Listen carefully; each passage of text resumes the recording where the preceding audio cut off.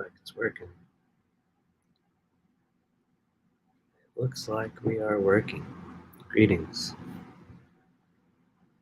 Going to give it a few moments here.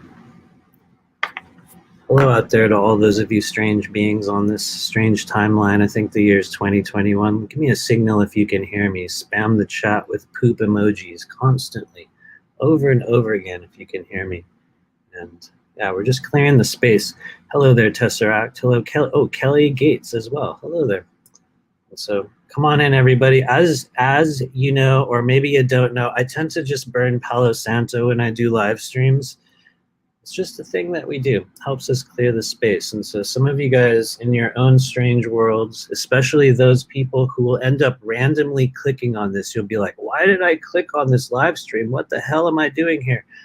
Sometimes, this is no joke, I have received emails about it. People are like, I could smell the smoke that you were burning. I've literally received that from people. So sometimes we're clearing more than just our space. So come on in, everybody. Hello, hello. There we go. I see the poop emojis. Okay, now we know it's actually working. For some reason, I cannot proceed until we see that. But anyway, I'm gonna click over on the other screen over here, guys. Usually, we have to authorize Facebook to show my live. It's so weird. I talk about it every time. So let me go ahead and activate that really quickly. There it goes. Greetings, everyone. And so, yeah.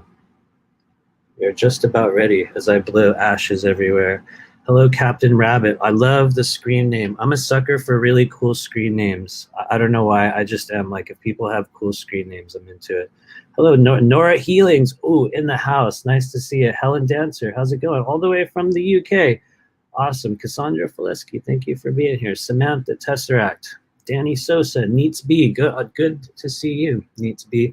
Where's my water? Get ready, you guys. For the first time ever, we're gonna have a sudden commercial break in one of Matthew's live streams. Get ready. Here's what's gonna happen. I'm gonna go grab my water. And so I'm gonna turn around and I'm gonna just step out for a minute. And I want everybody to tell us what city, state, and planet you're on right now. I mean this very sincerely. Get ready. First time ever commercial break. I'll be right back.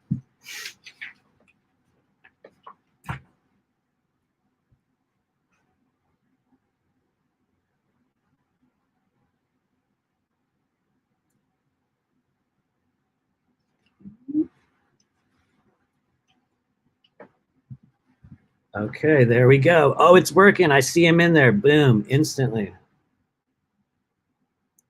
Thanks, you guys. I have a ton of mouth energy lately, and I don't mean that in a cheesy way. It's like as soon as I start talking, I get very dry now. I think it's because I've been doing a lot of talking lately. I think it's just kind of a thing that we do at this stage of the journey. Awesome. Romanian living in the UK. Awesome. Very, very cool. Dayton, Washington, Kenosha, Wisconsin, Northern Ontario, the Bay Area, lovely. Yorkshire, England, Detroit, Michigan. I love Detroit. Yeah, not even trying to be cheesy on the mouth energy, Sarah, for real. As soon as I talk to people in sessions lately, things get very sort of dried up. I think it's sort of like a machine, you know, how you'll overwork certain things and then you're like, wow, there's friction occurring there. And so just part of, like, I would say, energy body awareness that I think is changing for a lot of people on the earth plane right now. We're starting to understand certain signals or symptomology that the physical body is showing us that are giving different signals. They're teaching us different things about where our energy is, how non-physical energy actually feels in the body. And so, yeah, that has been a thing for me. Throat energy is really big. I think it sounds kind of dumb in a symbolic sense, but I think for those of us who encounter the world where just this part of us is showing, which for me, this is the part that people encounter every single day. And so I think on a certain level, those are the elements of ourself that get exposed to energy on a greater level. So it's literally real. Helena, Montana. I love it. I love it. Yeah, a lot of people get this throat energy lately. How will you guys know when you're experiencing an uprising or an activation of energy within your throat? Well, for most people, it's sort of like this feeling that there's a lump in their throat. Sometimes it'll activate as soon as you get an emotional charge and maybe you'll push the emotional charge down, and like your throat will kind of feel like there's a little bit of a lump in it. Another one that takes place a lot of times in sessions that I'll do is that people, and myself included, it's like this weird sort of dry, hot, fiery feeling will sort of start rising in your throat. And it's one of those things where there's nothing for you to cough out. It's not like your body's like, you know, coughing out phlegm. It's like there's this weird hot energy. And for a lot of us, that's the opening. It's the opening of the thymic chakra. It's the opening of the throat chakra. It's like energy starts to go, and it's almost like you'll need to cough, and you don't even know why. I used to go to like group meditations back in my old hometown, and it's like that was one of the first things I experienced when I started that process, and like sort of coming to the stage where I was consciously connecting with other people's non-physical energy, is that I would sort of link up with certain people, or I would just be sitting near certain people, and I would feel this different layer of just senses, you know, feelings within the body. And so it's a real thing. Thank you, Nora Healings. Switzerland, planet Earth, astral realm, Pleiades, and Orion. Totally Orion all the way. I think Orion's a very, very cool place. And so it's very, very good to see you guys. Thank you for hanging out here today. Every time I do a live stream, I'm always like, it's only going to be a very short thing. I'm only going to talk about this and this and this, and then we're going to get out of here. And then it turns into this whole ordeal. So who knows? Who knows exactly where we're going to go? I will start out today by saying, please let me know if you guys have any questions about just the energy of the moment, anything that's happening on the earth plane, anything going on within the layers of energetic anatomy. If you would like to discuss, please feel free to throw it out there. Not that I have the answers. That is one thing I've definitely learned. It's not that we have the answers, but some of us do have very, very unique tools through which we help you figure out your own answers and the truth for each and every person. And I think if there's one thing I've learned, well, I guess there's a lot of things really, but one of the things we have learned lately on Earth is that we are really legitimately living in a time in which there are many realities, all clashing, all coinciding. We're walking on the street and living with people in the same home. Some of us are married to those very same people, and they are in another reality, or it seems like they are. We're trying to figure out what timeline they're on, or maybe what timeline we're on. But that's one of the primary stages of this dimensional shift, in which it's like everything is viable, everything is open, everything's activated, and we're all experiencing it together. And so yeah, let me know if you have any questions. Lorianne says, super tired. Feel something brewing prior to the coming full moon. Just need to rest a lot. Lori, you and I are on the same page. I have also been like in a weird sleep stage. And for people that know me, it's odd because I'll be up at like 3 or 4 in the morning doing all kinds of random stuff. And like suddenly I'm going to bed at like midnight or like 11 or sometimes earlier, which is normal, I guess. For some people, that's very late. But yeah, I've been in a sleep cycle. Who knows why?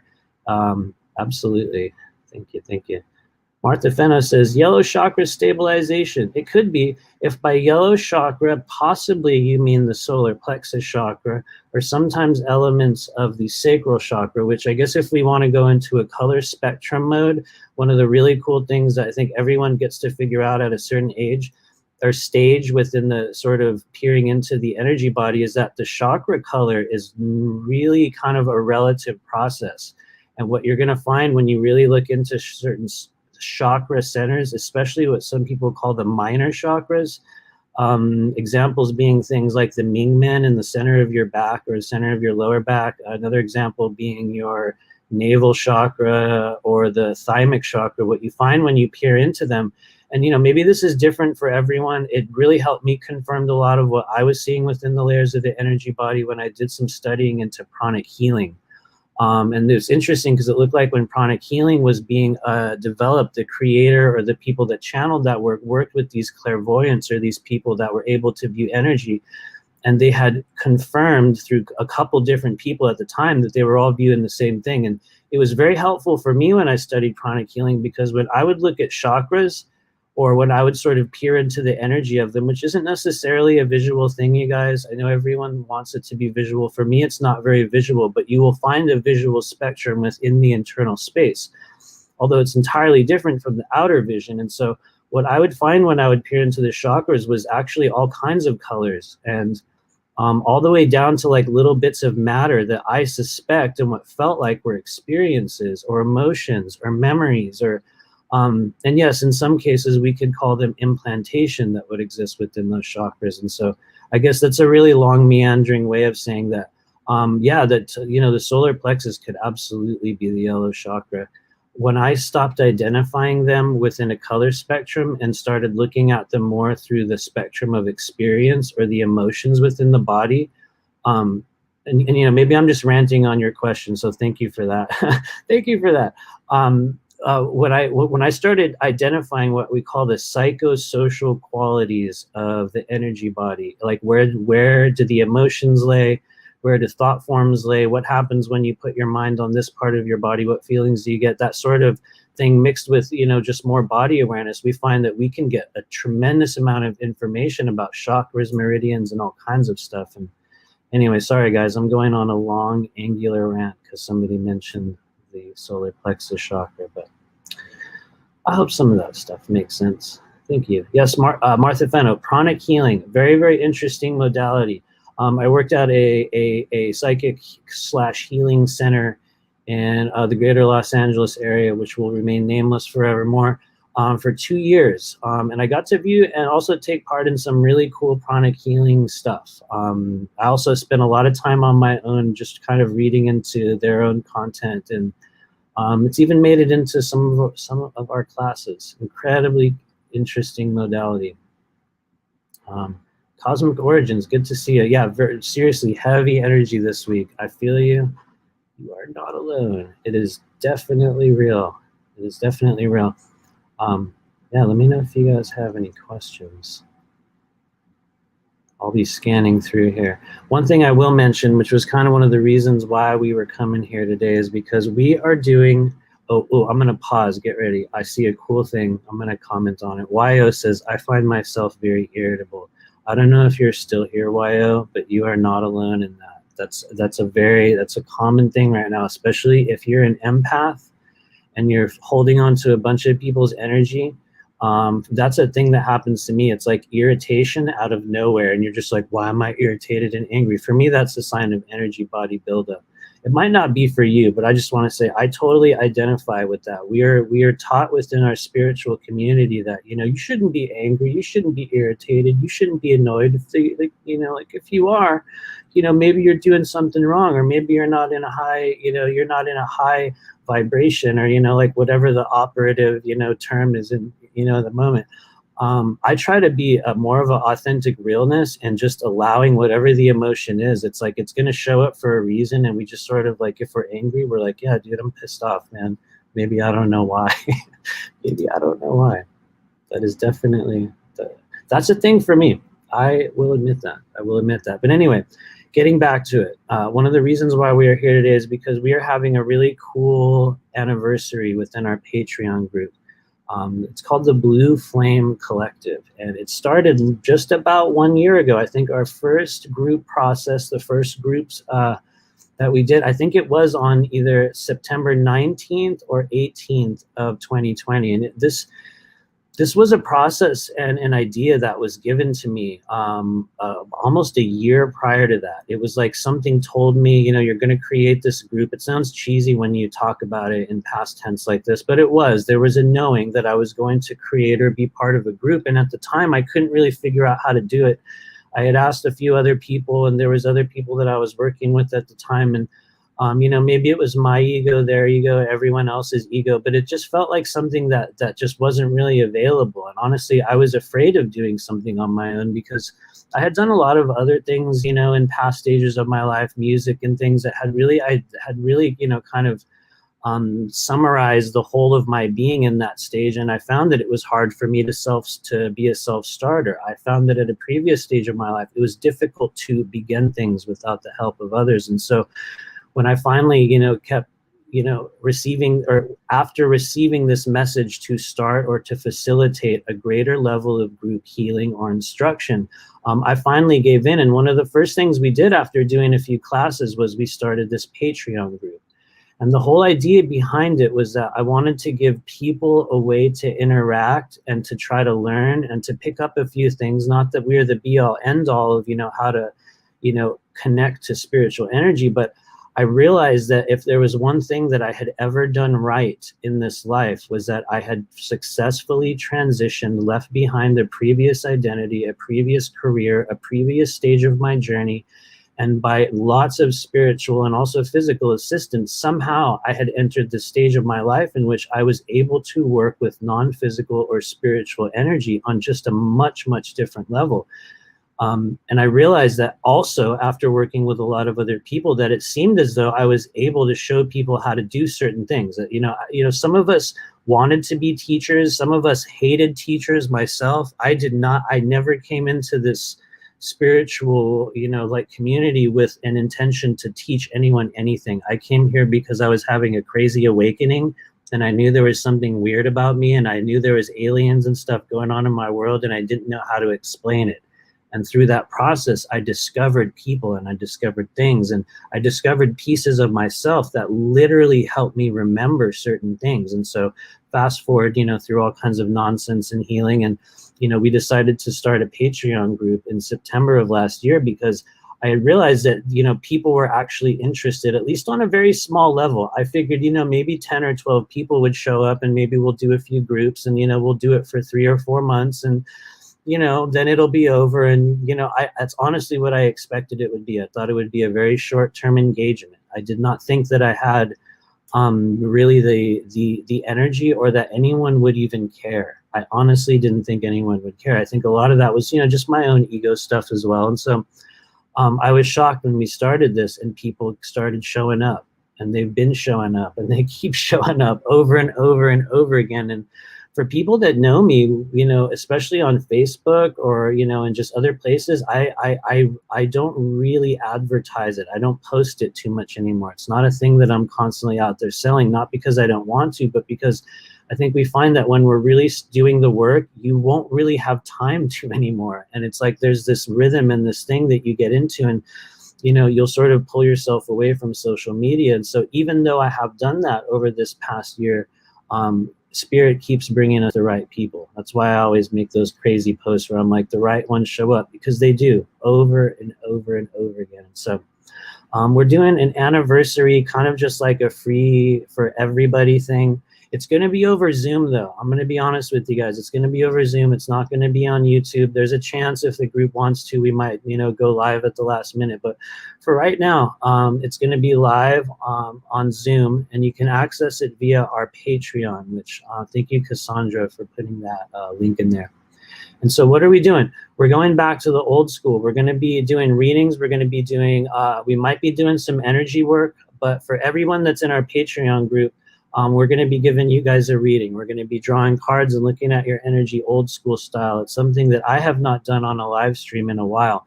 Not because I haven't wanted to, just purely because there's no time.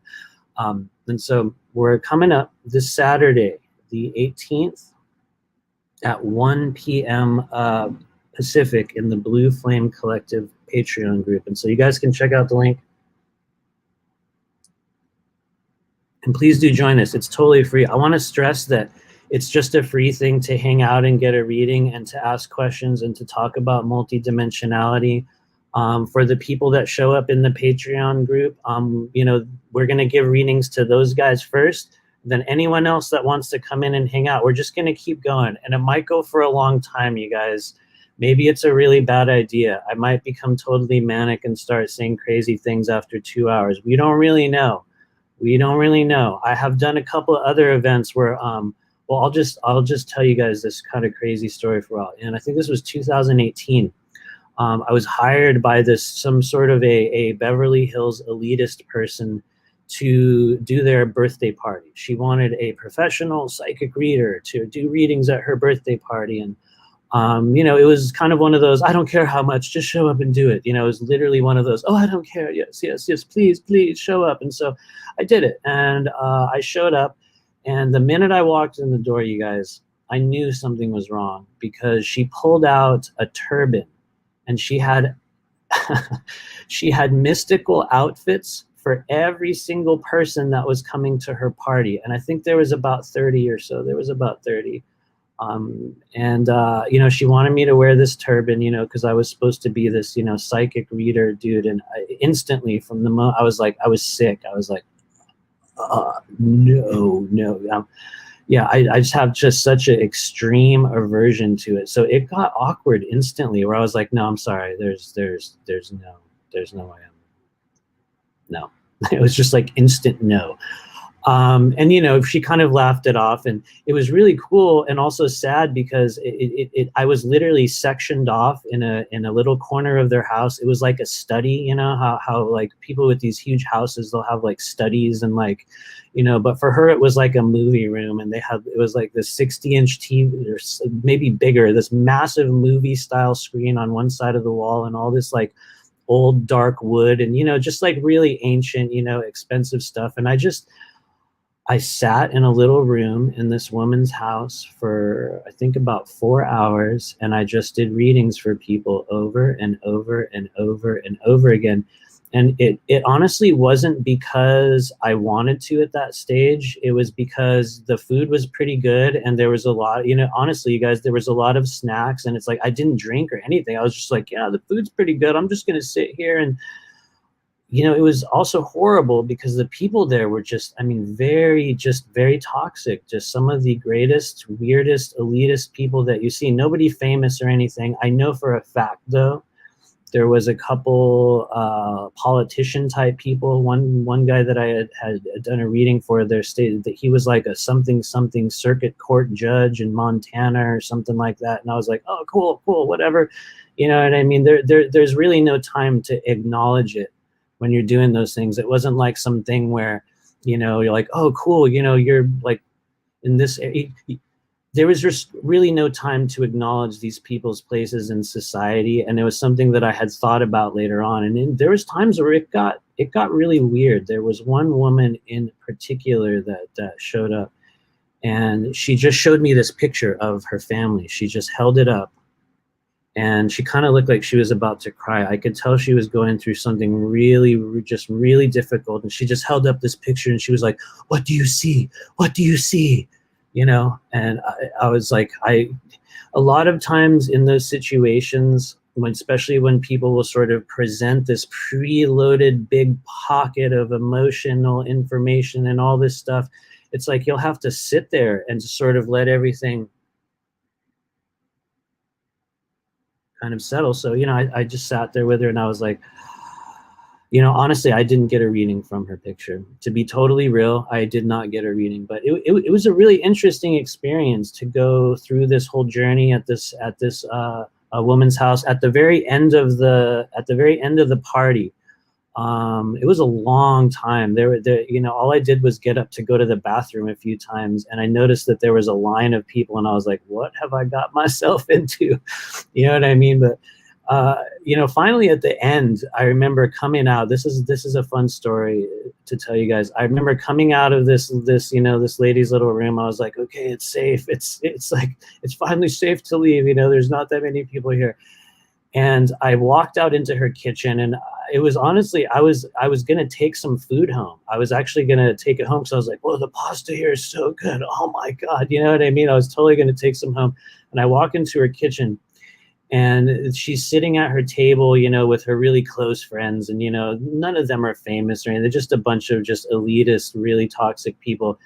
And there's this man sitting at the table, and I'm not going to say what country he was from, but he was the son of the so-and-so of such and such Middle Eastern country, a one that everyone knows about. And she was all, you know, Rami, don't you want to meet Matthew and get a reading with Matthew? And this dude even had handlers. He was standing at the table. He had handlers that stood up. So I don't honestly know who he was. I could say he was the son of so-and-so, but whatever. And he just looked at me, you guys, and he was sitting there to his side, and he kind of looked at me, and he did that. And he just went back to his business. And I was like, okay, cool. It was actually a really good thing, because to be honest, I did not want to, you know, it's one of those things where as soon as you encountered someone, you're like, ooh, energy's closed. Nope, I'm just going to grab some food. Thank you very much. And it was a really fun experience. And so anyway, going going back to that, it was a little bit mania inducing. It was a very, very bizarre experience. And so the good news is our Patreon group special event on Saturday the 18th, it's not going to be anything like that. It'll be really, really fun. And you guys can show up, get a quick reading, ask some questions. We're going to be giving away a couple clearing sessions just for, you know, private work in the coming month of October. Things are really, really booked right now. So the sessions we are giving away are going to be a little bit in the distance. It's going to be toward the middle to probably later parts of October. And so, but yeah, we're going to be giving away some stuff and doing some readings. And I hope that a couple people will come show up, and we're just going to hang out and get weird. And yeah, I am deeply honored to those of you guys in the Patreon group, those of you guys that show up time and time again and support the strange work that myself and Honora do. And for those of you guys who don't know, my wife Honora, she has actually agreed to come on a live stream. So that's a thing that's going to happen. Everybody within our multidimensional training group and people that have met us at events will know this, but there is a whole other half of what I do. That's my wife, Nora. She's not too much of a public being. She doesn't barely have social media. She's also going to be coming in and doing some readings. So that'll be really cool, you guys. She has a whole different style. I mean, completely and utterly different. Incredible. So anyway, yeah, please join us. I have not posted the Zoom link in the Patreon group yet. So for those of you guys that are clicking on it, you'll click on it and go over there and you're like, what the hell? There's no Zoom link. I usually post them on Wednesdays. It's just like a weird system that I have. Wednesday, we post the group link. And so I might even do it later on today after this live stream. But yeah, check that out and just come in and hang out. And yeah, don't even sign up for the Patreon. It's not one of those things where like, come in and join us, come in and make some random subscription and get sucked into, you know, whatever it is for, you know, I'm so not like that. I'm one of those people that it's like, if you find value in it, come and hang out with us. If you don't, hang out for a minute, and honestly, you will find something else really cool immediately afterwards. So don't worry. But yeah, anyway, thanks for hanging out, you guys. Mystic Macrophage, good to see him. Totally. Babs, love and unity, change in life. I don't know what, forget they call it. I don't know what you're saying, but thank you for being here. I have no idea what you're talking about right now. I'm just kidding. I'm saying that in a sarcastic way.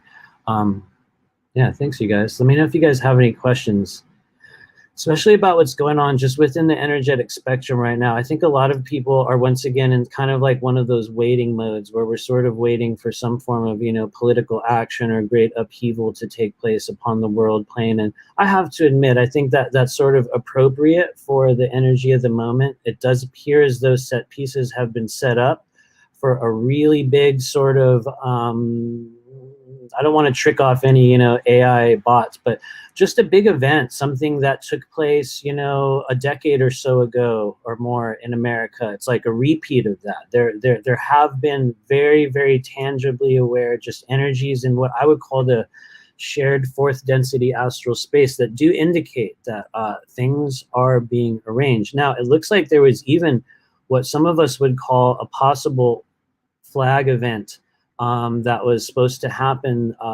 Honestly, it looked like last week or the week before. Things had been put in place for some sort of a, you know, just a event to happen. And so it looks like that was actually called off. I do not know what that was, but it looks like we're going to see a couple more of those. And I think they're sort of preloaded kind of thing, sort of like when the building fell in Florida and when there was a couple other ones. They're going to be, you know, these random occurrences. There's also going to be, get ready, and I don't say this from a fatalistic sense, but there's going to be a few other celebrity deaths that are about to take place as well. We did see, for those of you guys that follow any of that stuff, I don't really, but I will sort of weed through things and notice the spikes of energy that pop up. And I'll just be honest with you guys, Norm Macdonald was a big energy spike.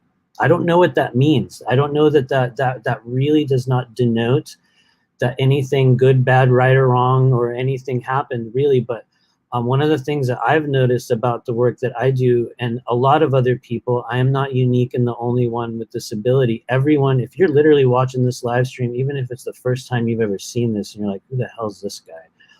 Just take it. You literally have the ability to read into the simplicity of content, to look into 3 simple words on that chat screen, and to understand multitude of different layers of energy that are contained underneath. It is absolutely real, and you do have that ability. And for some reason, Norm Macdonald is a really big energy spike that doesn't show up, I think, from people that are just, you know, rolling in and out of the world. Maybe because he had a little bit of controversy with some of his ideas, you know, prior to passing. I don't know what that is.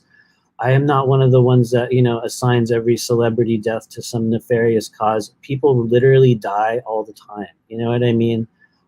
Yeah, trust me.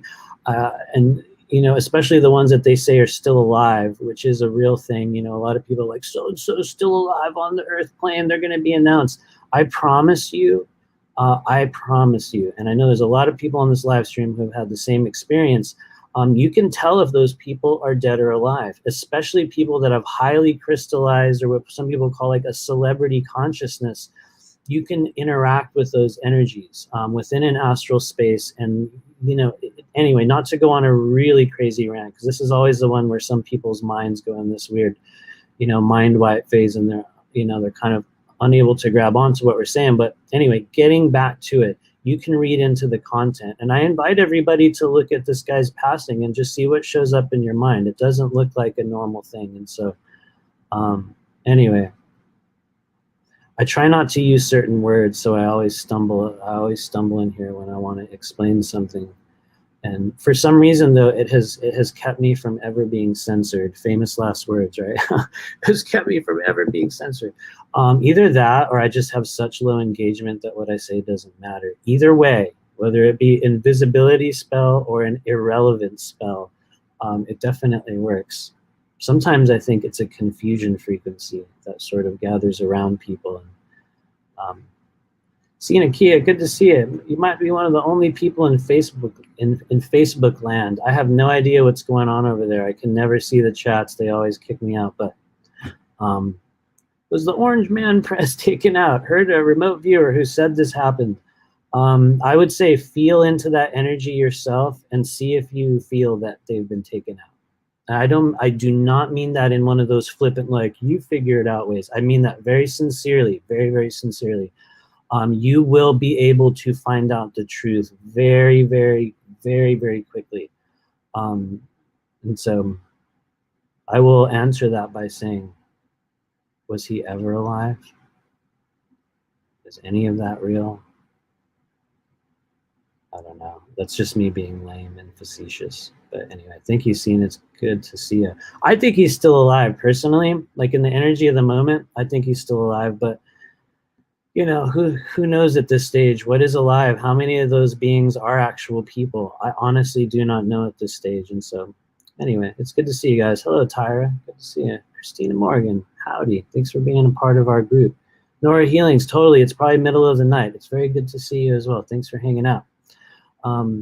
Yeah, let me know if you guys have any other questions. We do have another thing. You guys know that I'm going to talk about it at some point.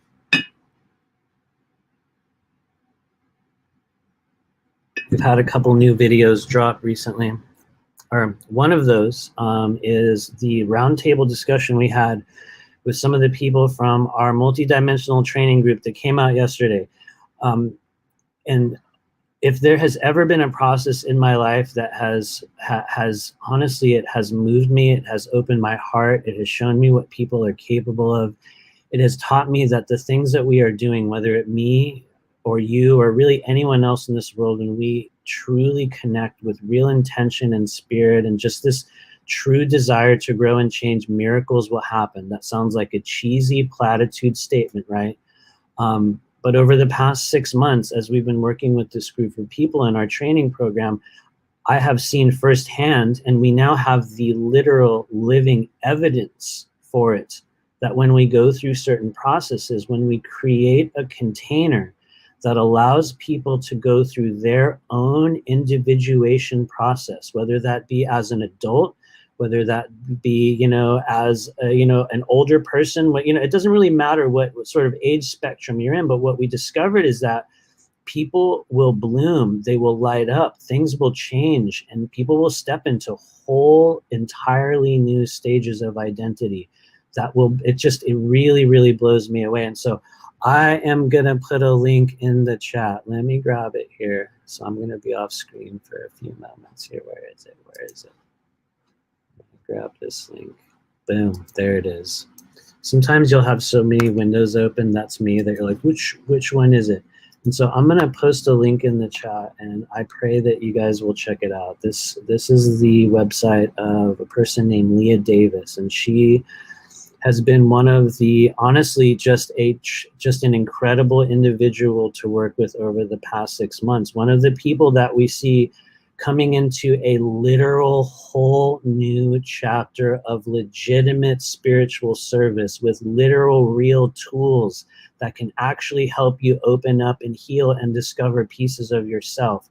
We have encountered many of them over the past 6 months. There's a whole group of them that we're going to be introducing to you further later on. But one of the coolest discoveries I made yesterday was when I looked at Leah Davis's website. So I hope you guys will check it out. It is in the chat. I will also say it. It is unboundwisdom.com. She also has a YouTube channel that is Unbound Wisdom as well. I have received some of Leah's work. I have received her past life discovery process, or her past life regression process. And for me, it was far, and it was just so much more than I expected. It was a view and a conversation with an element of my higher self that showed me and taught me things about why I am the way that I am. Some of you guys can sort of feel like the emotion as I am talking about it, but she is for real, and I have been deeply honored to be a part of just her discovery process over the past 6 months. And I hope you guys will check out her website. And so we will be giving you guys a couple other ones, but there is a whole new movement and a whole new just element, a whole new chapter, a whole new group in this, multidimensional soul group that are blooming right now. People are activating. They are stepping into whole new identity stages, and it's going to be very, very needed, as we will continue to see so many changes taking place on the earth plane. And yes, a lot of trauma, and yes, a lot of collective activation. By collective activation, I mean for those on the earth plane that are currently receiving what does appear to be some form of divergent, artificially intelligent, or just artificially induced technology into the body. There are going to come, or what appears to be, certain stages in which that technology is activated, and very difficult symptoms or very difficult waves of things are going to activate for people physically on the earth plane.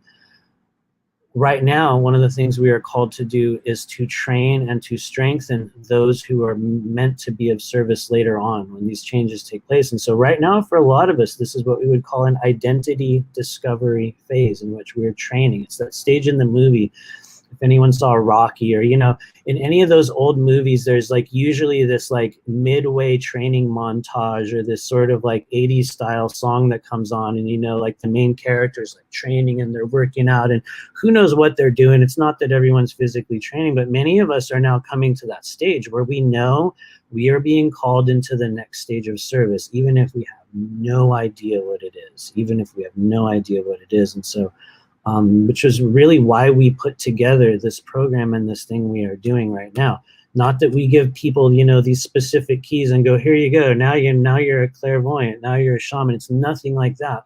What it really is a process of individuation, and also a group sort of healing process that takes place as well. Now, some of the group work is changing in the coming 6 months, and it's going to be more of a monthly process. And we're also going to be bringing in some of the classes that we've been doing are coming back in a live sense. And so for those of you guys that are interested in it, please do check out our website, rememberyourmission.com. Please do check it out. For those of you guys that are interested and ready, there's a whole new wave of stuff coming in for everyone. And so anyway, I'm also looking at your comments as I'm talking. Sorry. I will inevitably get pulled away from what I'm saying. Trisha Juarez, thanks for being here. If you see yourself, oh boy, here we go. If you see yourself looking out of a window in a second story, old abandoned Swedish military building while taking a photo, is that by location? And why would something like that happen? First off, It could be bilocation. What I think is that you are viewing an element of yourself, whether it be in an astral plane, whether it be an element of yourself in the past, whether it be a future version of yourself. One of the just the standard issue experiences here on the earth plane right now is for certain people, it's just going to happen. And you're going to have crazy experiences like that. Maybe it's a dream, maybe it's a meditation, maybe it's you're just driving in your car and you feel a little hypnotized and you have a strange vision. But you might see yourself, you might see other beings, and in many cases those other beings could also be you as well. But for each of us, we're coming to the stage, and this is one of the kind of the standard issue experiences that ensouled beings are going to have on this during this life cycle on the earth plane. Part of our mission and our experience here in this body during this life cycle is to begin to understand multidimensionality, the non-physical experiences. The things that take place, they really take place, but they'll take place in a non-physical place or way, in a non-physical realm, in what some people would call a dream state. Other people, now call them pocket dimensions. Other people call it a shared density astral space. Whichever you want to call it, that's a very common experience. And I would say you may be remote viewing. You may be demonstrating to yourself that you have an ability to remote view. For many of us, those psychic abilities or those sort of fourth density kind of things that are kicking on for us, they'll show up like that. It won't be this purposeful thing. Sometimes it'll be in an emergency or a trauma, or suddenly you will have to do a thing that you did not even know you can do. Or in some cases, it'll be very bizarre and you'll see yourself outside of your body. All of those things, those are standard issue for this lifetime on Earth. And, they have been for many other lifetimes as well. But for many of us now, especially those that are here on this live stream, you guys are the beings who chose to become aware of it. Case in point, here you are becoming aware of it right now. And it's not to mean that you're becoming aware of it in this moment. Many of you guys already know. And a lot of these live streams were sort of preaching to the choir, or really just to people who will know also a lot more than me. I think everybody in this world is an expert in something. But who knows? Thank you, Samantha. Absolutely. I've trained for over 2 years to be a nurse. I'm on the cusp of leaving, but to do what? I don't know. I can tell you this much. If you are here to receive this message, there might be a shred of truth in it. And that's usually that whatever you're doing, especially if it is within a healing profession or an healing area, quote unquote, in this life, you will find that as we continue to go through this dimensional shift, that whatever it is you're doing on the third density plane, meaning maybe you as a nurse, there will be an equally proportional use for that within the sort of new frequency that we're moving into, which for many of us is non-physical at this stage. It is based on what we would call energy, non-physical energy, and a number of other things as well. But I have a feeling, maybe you will be transitioning into a different line of healing later on. And a lot of us will go through different identity stages where for certain, a period of years, maybe we will work within a medical profession. Prior to doing what I'm doing now, I think for the 6 or 7 years prior to that, I worked as a chemical dependency treatment specialist at a veterans treatment center in San Diego, California. I did group and individual therapy, all sorts of addiction treatments, and managed halfway houses and was case managers at all kinds of, random government funded things. And strangely enough, in many ways that's where I begin to, practice the things that I'm doing now. And it actually almost got me fired a few times. That's actually where I started doing, entity, or what I called at the time, entity extractions, and like moving, energy out of people's bodies. And it had tremendous impact at that stage. And so anyway, you might come to something similar in your own way. So I pray that you do. Thank you. Thanks, everybody. Let me know if you have any other questions. I'm going to scroll up in the comments. Thank you, Kelly Gates. That's a really good question. People never want to talk about prices, right? People be like, well, how much is it? Or they'll sort of hide it. They'll put it in this place where you only see it at the very end. How much is this thing? And then you see this massive price tag. I am very open about it, and it's priced very appropriately for what people get. But the price for this current round of 6-month training with the classes and the groups and the individual sessions is $2,900. And so People can make payments on that. We do ask people to make a little bit of a deposit in the beginning, and then you can make payments over a period of time. But yes, the program is $2,900. We also have kind of an individual plan for people if they want to just do something every month, if they want to connect every month for whatever purpose is needed through a period of time, over a period of 1 year. We have a separate one that you do not have to have an interview for. Anyone can book it. I think we have 8 more spots in the individual program, and that is a yearly one where we will connect with people once a month over a year. There's a lot we can do with it, and so yeah, you guys can check it out on the website if you're interested. Thanks everybody. YO says, question, can you be an empath and not psychic? That's a very good question.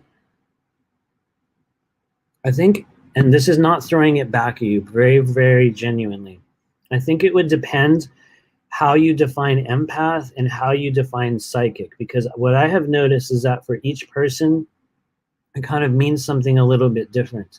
You know, I did not really understand what psychic energy was until I realized that I was an empath and that I was picking up everyone's energy. And it's not that, you know, when I learned the word empath, I understood and, you know, click, this thing turned on. I knew what, you know, empathic, you know, energy transference was for years, but I did not understand that the feelings I was having and the signals and the things I was receiving in my body were both of those. And so I think it is possible to be one thing or not another thing. I think that will more depend upon what's going on within the body, or the individual makeup of the person. You know, it depends on, you know, the emotions in the body, depends on the programs, depends on, you know, physicality as well.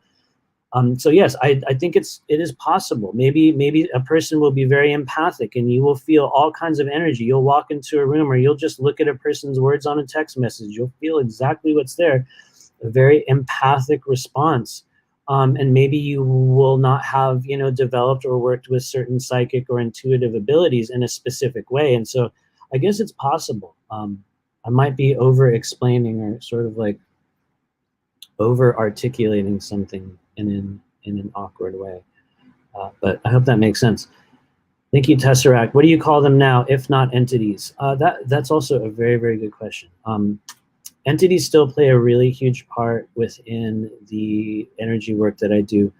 But I think that after doing it for a certain period of time, I began to realize that a lot of what many of us identify as entities or outside energies, or, you know, beings or astral parasites, in a lot of cases, and trust me, I do not mean all. I do not mean all, because I have encountered a host of very crazy manifestations, and they are very literally real. Some of them will actually physically affect you. So, I mean, I'm not trying to say that stuff is not real, but one of the things that I learned very, very early on was that a really weird disproportionate amount of a certain type of emotion in a person's body mixed with a bunch of thought forms can actually turn into, mirror, or manifest into something that will interact, appear, and be every single bit what we would call an entity, a being that is attached to the body. And so people, you know, will react to that differently. But what I found was that when we would drain out certain emotions, or when we would open certain meridians, or we would open up, you know, just things within certain chakras, that energy would change shape. And there were many sessions early on, especially when I was working at the shop in Los Angeles, where people would come in, you know, with this sort of, I have a demon, I have this thing, I have this entity. And, you know, we'll work with them for a little bit. And I would, you know, we would just go through the process that I go through. And honestly, within a few minutes, usually the whole concept of the sort of demonic attachment fades away. And we've moved into a whole other area of trauma and experience in these people's life that, honestly, as soon as you pop that little can, it's a little bit like a container, and there's something really moldy in there, and you look at it and you're all, oh my God. But then you finally dump it out and you air it out and you wash it away, and then it's like, oh yeah, whatever. So for me, I would say a lot of what we used to call entities are really just blocked emotional energy in the body. And sort of like when you have rotten fruit, and it'll sit in your, you know, somewhere in your fridge, and it turns black and it turns ugly and it starts to smell like shit, right? And you're like, what? And, you know, it'll, you know, for some people, they're like, whoa, you know? And so anyway, I'm very much over explaining that question. I apologize. I will overdo it. I'll sort of articulate something, but Cassandra says, makes me think of the poltergeist phenomenon, which is also a totally real thing, you guys. Totally real thing. You can create poltergeists. You can actually create poltergeists when an emotional energy in a certain individual that has an ability, or they're unaware of their ability to manifest or push energy outside of the body. Even people that are going through certain stages of what we would call a Kundalini awakening process, that energy can extend outside of the body and create an atmospheric effect that for some people can, I mean, very much like a poltergeist. It's like this weird, perfect storm of energy, and like portals will open, things will fall, stuff will break, physical things will happen, people will get weird. And those are things that can be very much created by humans. It's not that we do it consciously, and it's not that, you know, that it's even a good or bad, right or wrong thing. It's like the sort of perfect storm will take place. And it can also be things that will be attached to an environmental area. In many cases, I think what people will describe as poltergeist are actually an area where there's a natural organic portal. And so things will be coming in and out of that portal. And, you know, maybe that portal is literally right over your bathroom. You know what I mean? It's like on the 4th density plane, which, here's the crazy thing, you guys. I know a lot of you guys know this, but we can be living in this 3rd density space, like this little teeny room that I'm in right now. And within this space is, you know, a whole other structure that, you know, kind of like Doctor Who, or I forgot what it's called, the TARDIS. You know, it's bigger on the inside than it is on the outside. And so within our physical space right here, there can even be what we would call gateways into certain realms, or whole other structures that only become physical when we leave this physical body. And so some of you guys will tell I'm definitely drooling on myself. It's very real. The drooling part, I mean, is real. It's very real. Good to see you, Nancy Flowers. Calm. We humans have been taught the devil did it. When it is me, when it is in the I, yeah, I feel you. It is the I, and yeah, I totally get what you were saying. No, it is, especially in, that's one of the things I love about tarot, especially multidimensional tarot. Well, really all of tarot. The devil is really never about entities, as I am definitely drilling on myself. You guys will love that. The devil's never about entities. It is never about the quote unquote, you know, devil from, you know, modern and ancient mythology. It is the devil within us. Totally. It is the devil within us. And the crazy thing is, this is always a dicey one to throw around, because some people get weird. They have a lot of, you know, definitions attached to that. Especially in tarot, the devil is not necessarily evil. We have to be real. He's not necessarily evil, but he is self-serving. That much he definitely is. Thank you, Tesseract. I'm glad it made sense. Kelly Gates says, we call it taking the temperature around here. Totally taking the temperature. Thank you, Trisha Juarez. Feel free if you guys have any other questions about what's going on in this world. Not that we have answers. Thanks, Trisha Juarez. She says, if technology shuts down in broad daylight and you innately go outside and look up and see 40 to 50 ships in the sky hovering, what kind of messages are they trying to send? That's a very good question. And once again, some of you guys are gonna be like, what, you're throwing it back. And that's not my intention. But if you have experienced that, Trisha Juarez, did you get any sort of feelings? Did you get any sort of emotions? Even if it sounds silly, and don't worry, you don't have to share it here if it seems weird and you don't want to share it, but if you've had that experience, because a lot of people have, that's a real thing. You will see at certain stages of the journey all kinds of things within this non-physical space. And the crazy thing is, Trisha, maybe you were like me, or maybe not, maybe other people saw it.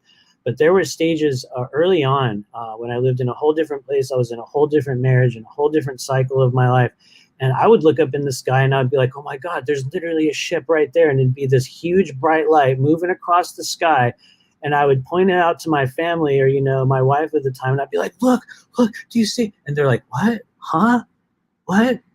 And they literally could not see it. And so, you know, sometimes that'll be something that was only meant for us to see. But to me, it was absolutely real. And which is why I guess I kind of go back to that. What message do you think they would have for you? You know? There might be a lot. Honestly, there might be a lot. There might be a lot. And so who knows? Let me know if you guys have any other questions out there in the strange realm. And please do join us Saturday at 1 p.m. Pacific in the Patreon group. I'm going to be posting the Zoom link in there probably a little bit later today. It's pretty unlikely that we're going to do that one live on YouTube. But it might happen. Who knows? Maybe we'll take a group vote in the beginning. If people want to do it live on YouTube, maybe we will. We're going to be doing lots of readings. We'll be getting probably a bit manic.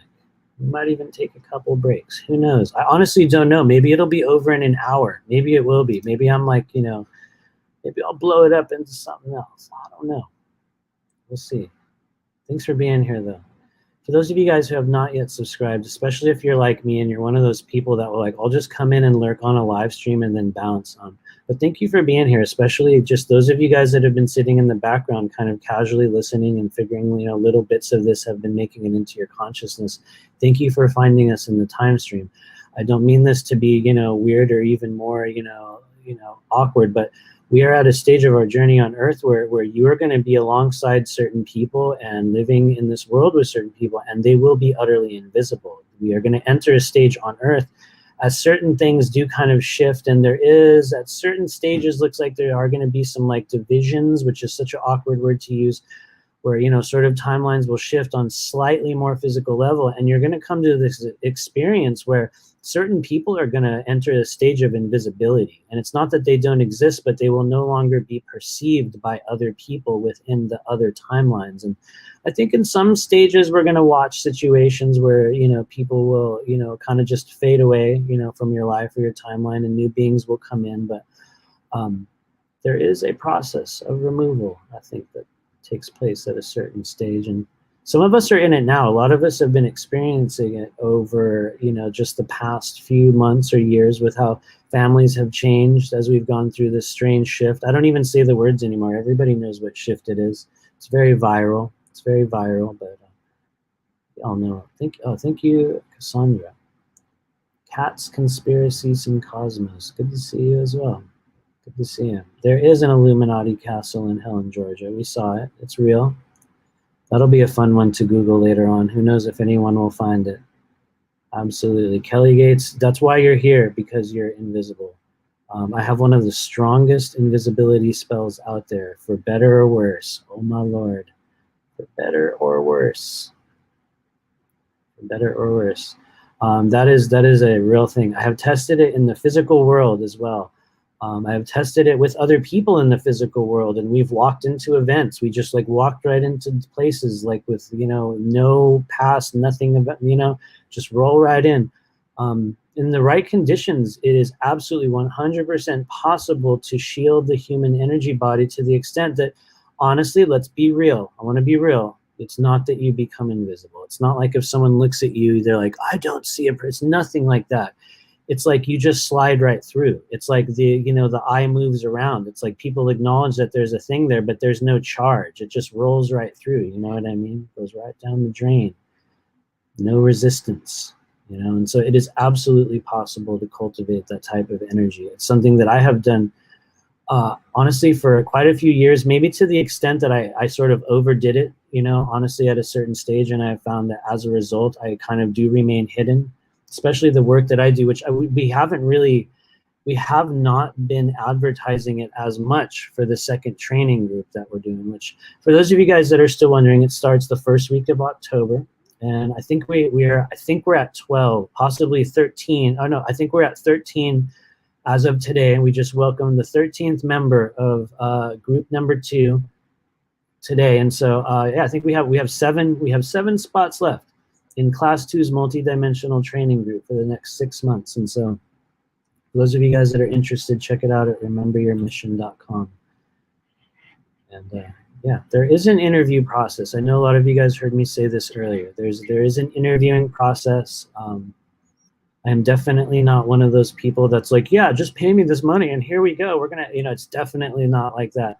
If we don't feel that there's value that we can add to your experience here, it's a thing that we won't do. And I don't mean that from like an exclusive, like, you know, this isn't going to work for you perspective, but some people have come through this time with some very, you know, just certain things where you're like that, you know,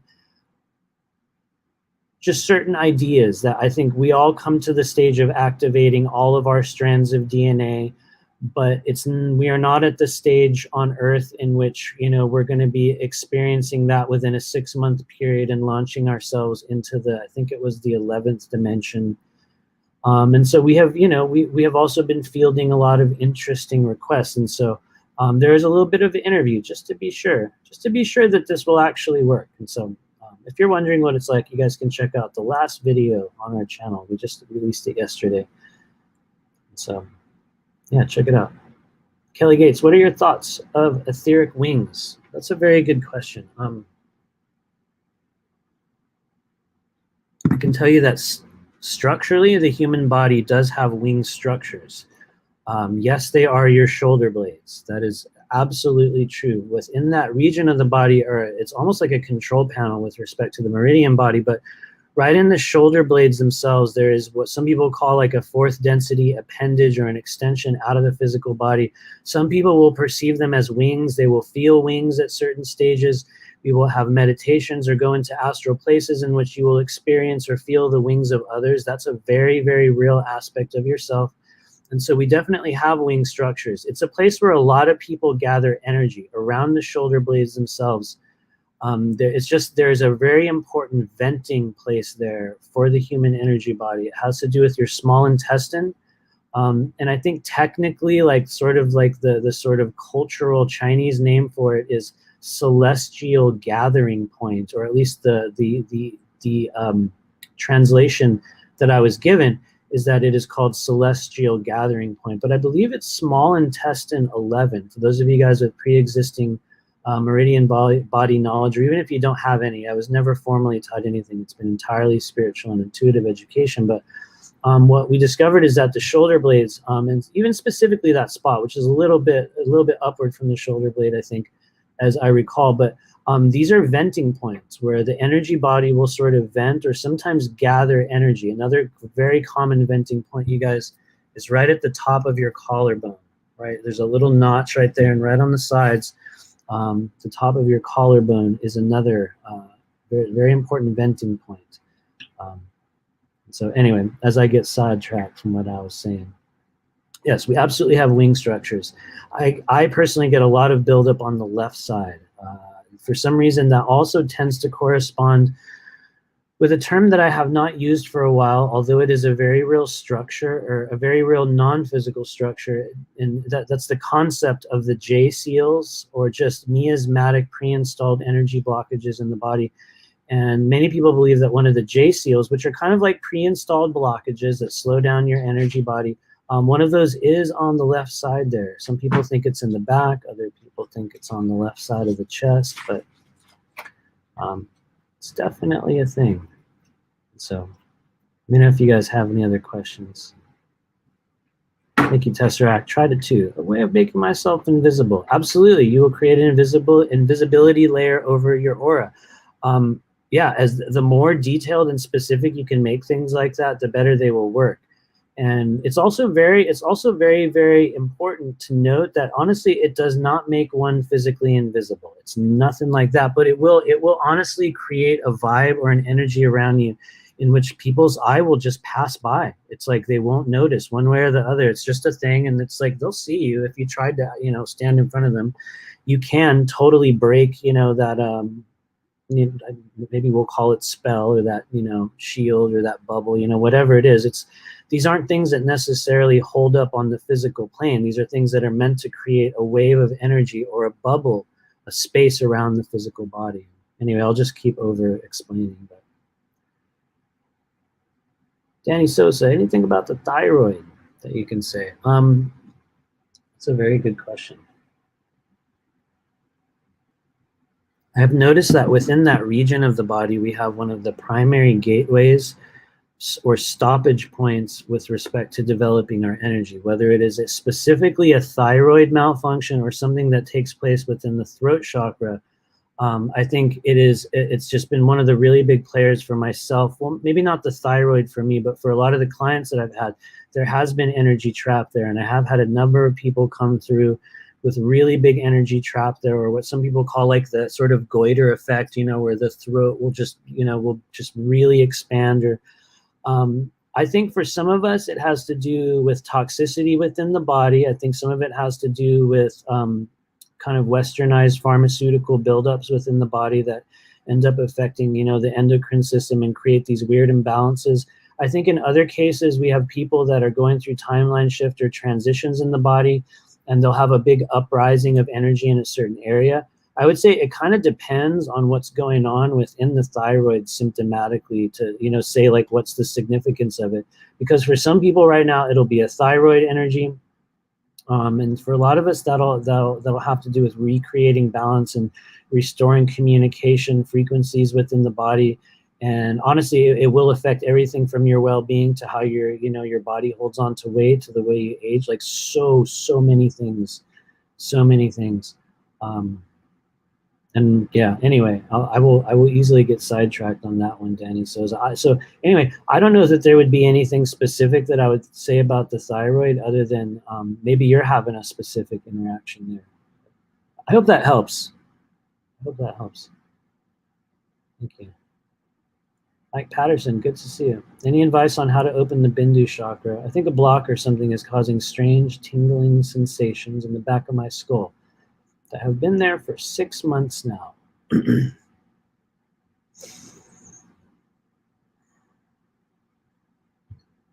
I would say, Mike, and you know, also this is me doing this over a live stream, and so, you know, just take it with a grain of salt, but it feels as if the energy you describe may not be related to what we would call the Bindu chakra, but rather possibly related to what we would call, like, you know, maybe a clog within the plumbing, or one of those places along the plumbing line in which fluid or energy will gather or get stuck due to, you know, what we might call kinks, you know, kinks in the hose, because, you know, the hose will get kinked and you'll turn it on, water still flows, it totally flows through, but it'll get weak, right? And one side of it, you know, will get pressurized, and, you know, the other side will be weak, and things don't flow properly. And it's very much like a kinked hose effect that a lot of people are having right now. For some reason, just in the surface level energy, Mike, it feels like that's what you could have. But specifically about opening the Bindu chakra, that's a very good question that I think for me, it was a thing that seemed to happen organically, because I started to feel energy there and I started to have weird experiences. And then that was one that I started reading about. And I'm not one of those people that dives into books, which sounds like a stupid phrase for some of us. Like, what do you mean you don't read books? Honestly, I really do not read anyone's books anymore, but there have been a few people that I have turned to help me understand a few things. And I believe that in Cindy Dale's book, The Subtle Body, she gave a really good breakdown of energy that goes on within that area of the body that helped me understand. And that's when I was like, oh, that's what the Bindu is, because I was having symptoms of energy there. And for me, the symptoms of energy that would get stuck within a chakra would be something that we would not necessarily feel physically. I think that the way chakra energies usually manifest within the body is going to be emotionally or internally in a behavioral or sort of a repetitive or a programming sense, rather than physical symptomology. Yet at the same time, every time we say that, there is always an exception, and someone rolls in and they're like, yeah, I have a physical sensation in my solar plexus, and then boom, there's a blockage in the solar plexus. So it's like, as soon as we try to make a conclusion on that, you know, we're always going to be proven wrong. But for you, I would say it feels like you are entering a stage in which there's a new identity approaching, and it's going to be something you're going to have to learn to redefine in a certain way. Like the sensation of energy within the body is going to be redefined for you in the coming months. And anyway, sorry to rant on your question, Mike, but I think that's part of what we're going to be figuring out together. So thank you. I hope it makes sense. I see another question here. Samantha says, weird question, but when you move energy out of the body, have you ever physically felt it? I ask as I felt like I pulled a long strand-like energy worm out of my head. Sorry, weird question. Okay, for real, that is not a weird question for this live stream. That's probably one of the best ones you can ask. And yes, I have absolutely felt that on many different levels at many different stages. And so, like I was saying earlier, we're coming to the stage of our journey on Earth in which many of us on the Earth plane get to have the experience of feeling non-physical energy in a physical way. And so that probably means that you're, you know, the what we call chi gates are opening up in your body. Energy is flowing on a different level. You're sort of, well, not sort of, you're literally receiving an upgrade. And so, yeah, absolutely, you're gonna physically feel energy exiting the body. If you're one of the people out there, maybe you're not feeling it. And if you're like me, that there was a long period of time where people talked about this, and I was like, what? I don't know. I did not feel it. Probably the most effective thing you can do to set up the infrastructure in your body so that you can actually feel physical energy. I guarantee you, I promise you this will work if you start doing Qigong every single day. I mean, from the bottom of my heart. People who know me know that I'll say it a million times in a row, and so they'll roll their eyes, but it will literally awaken your ability to feel non-physical energy.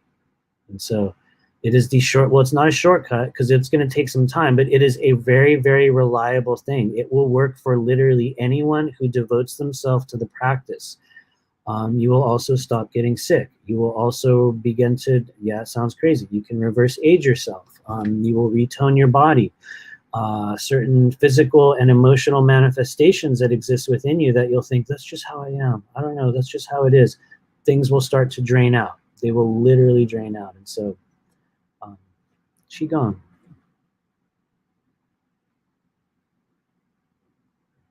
But yeah, there will even be worm-like energies, all kinds of stuff like that. It is very, very real. And I'm definitely drooling on myself. Thanks, everybody.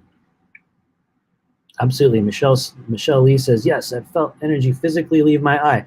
Absolutely. That is so real. And yes, a bubble will pop. That's kind of what we do in private sessions, Michelle. And for those of you guys that have done a session with me, we literally will pop energy.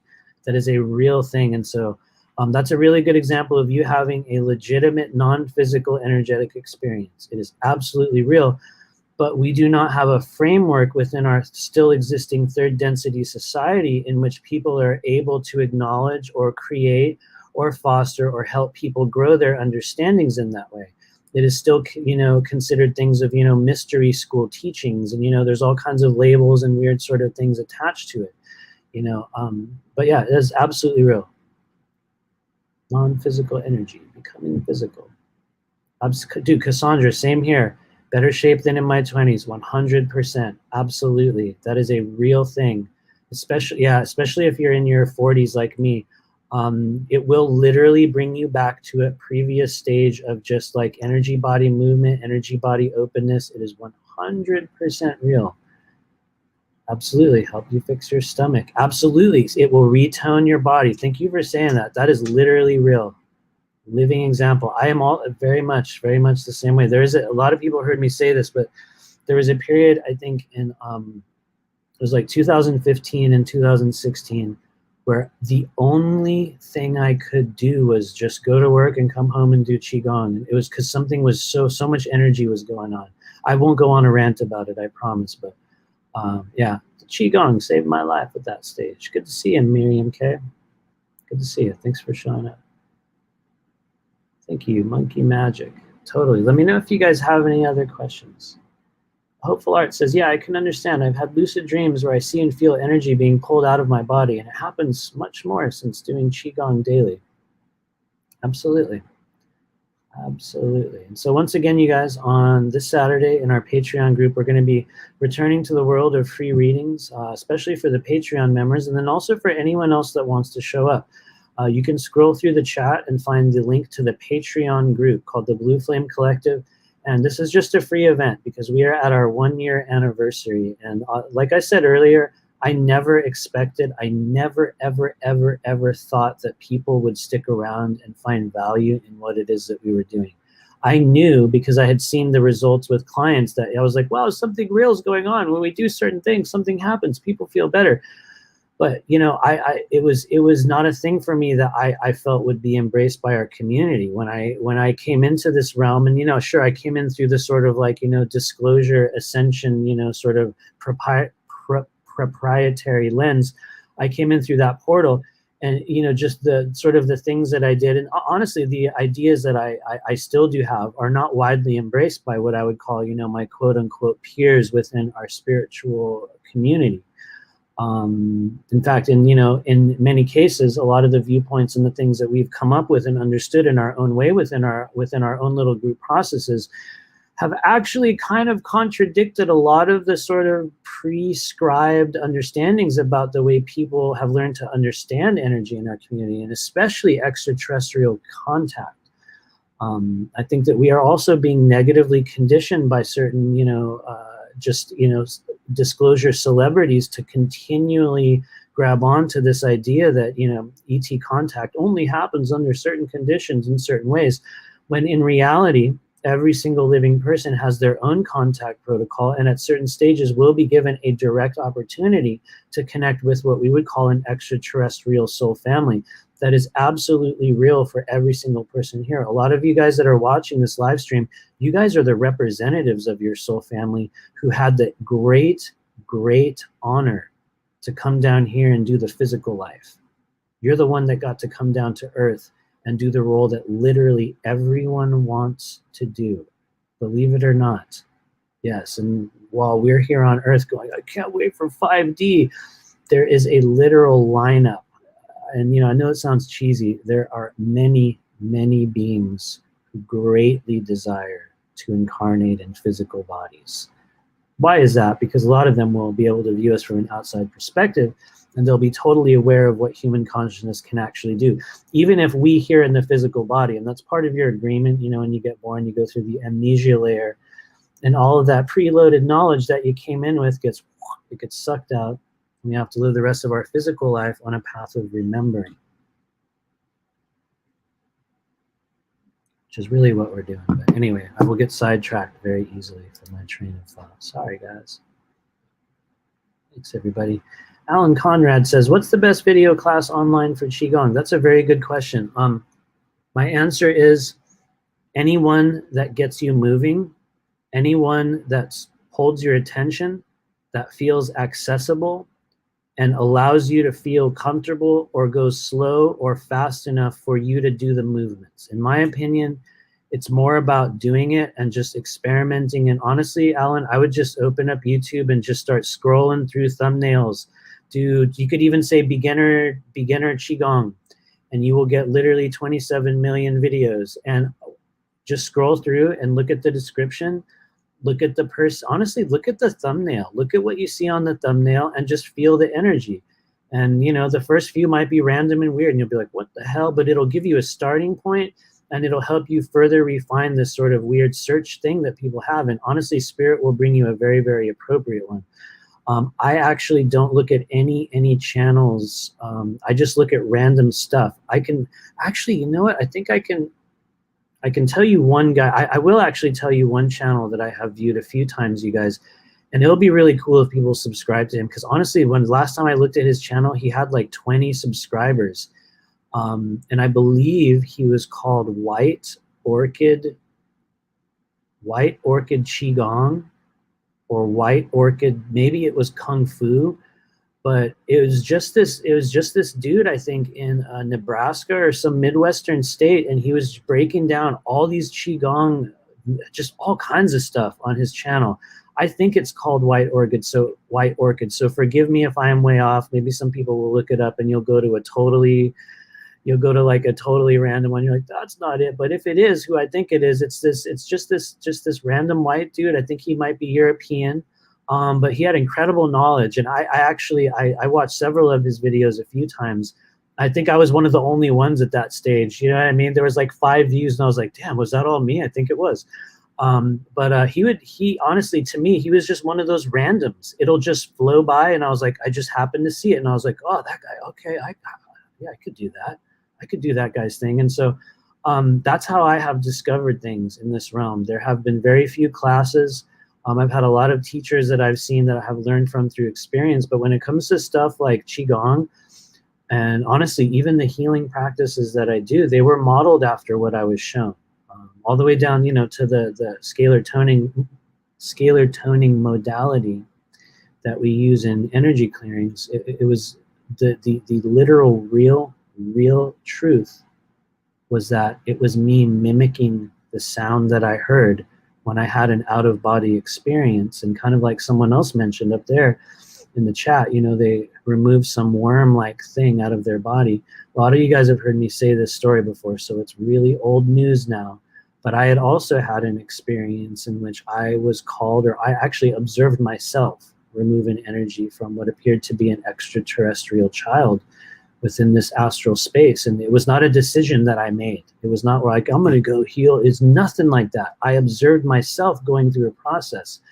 And when that process took place, and I looked at it later, I realized there was this sound, there was this thing that occurred. And, fast forward a couple weeks later, and I have been mimicking that sound ever since. It has become a frequency that we use in nearly every process that we go through.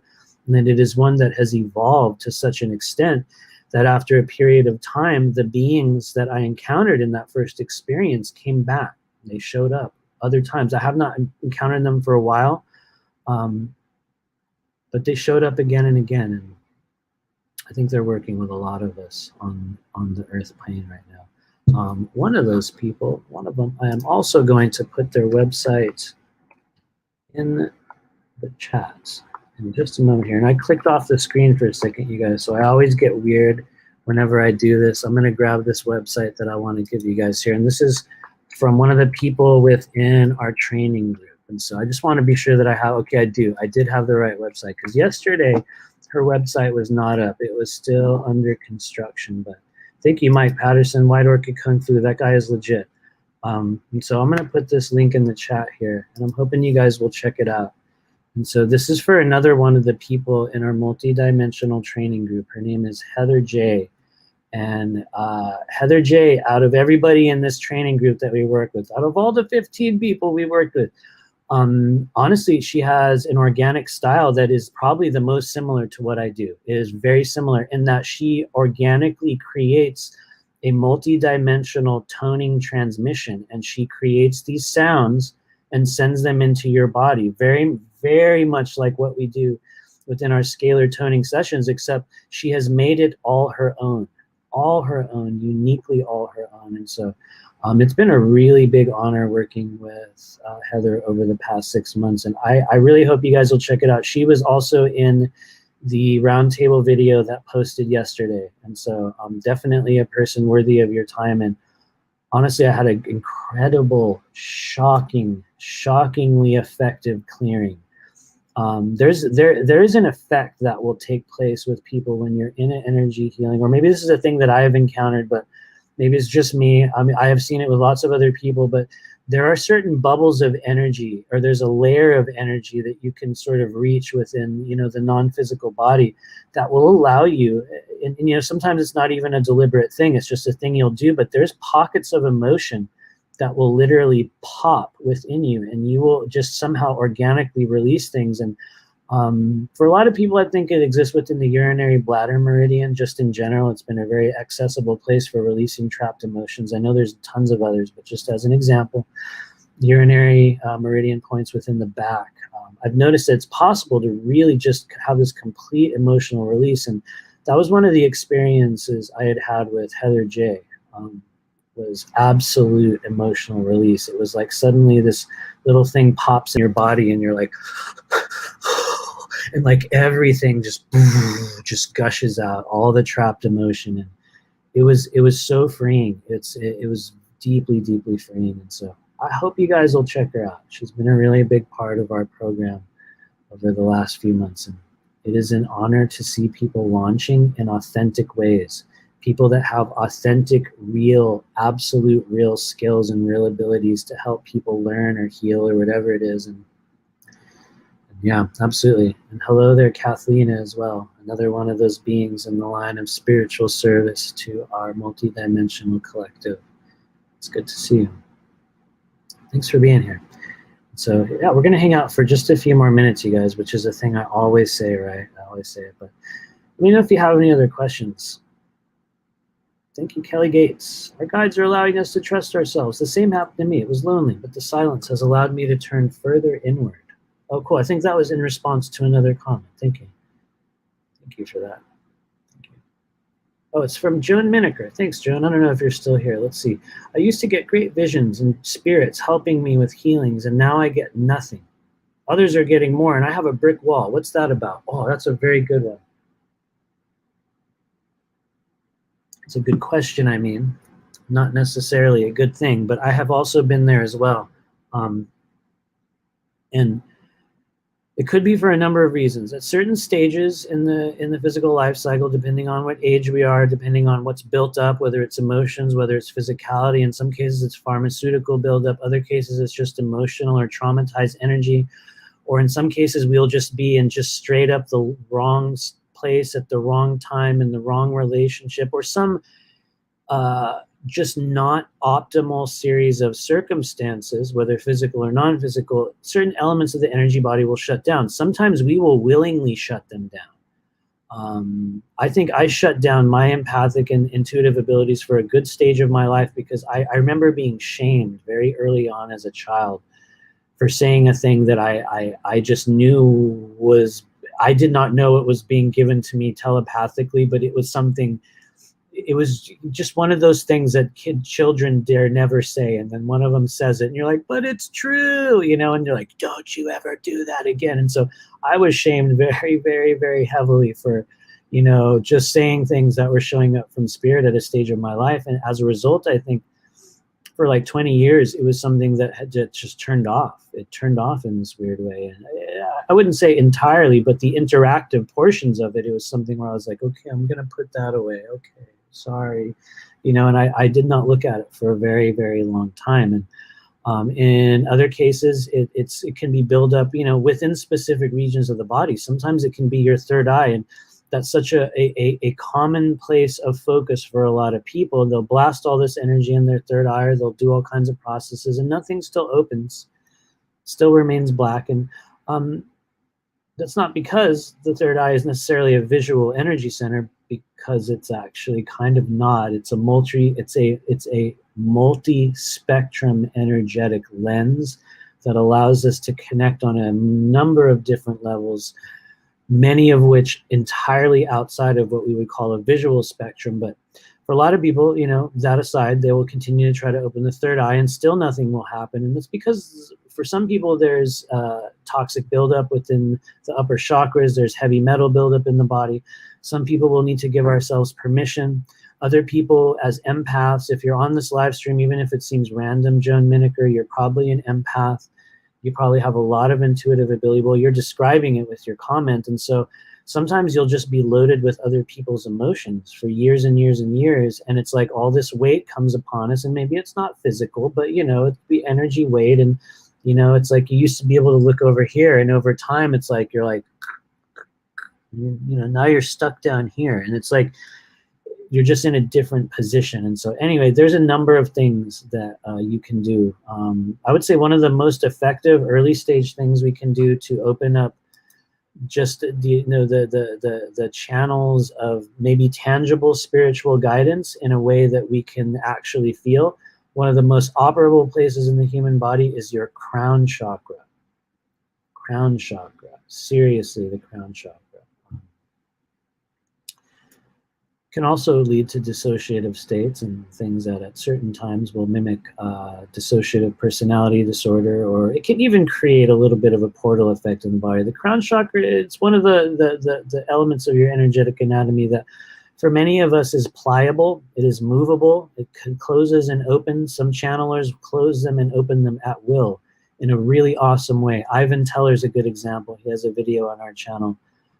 Really good example of a person that has the ability to open their crown chakra to the extent that they can communicate, and it's like an open window, and they can, you know what I mean? It's a very real thing. And so anyway, not to keep ranting on that, but I hope it makes sense. Thank you, Deciphering My Experience. I was in some weird CIA remote viewing program when I was a kid. I am now trying to rekindle the flame. Well, the good news is that you absolutely can. It is absolutely 100% possible. I probably shouldn't say this, but I was sort. I won't say it, but I had a similar experience. I will say that, deciphering my experience, I had a similar experience.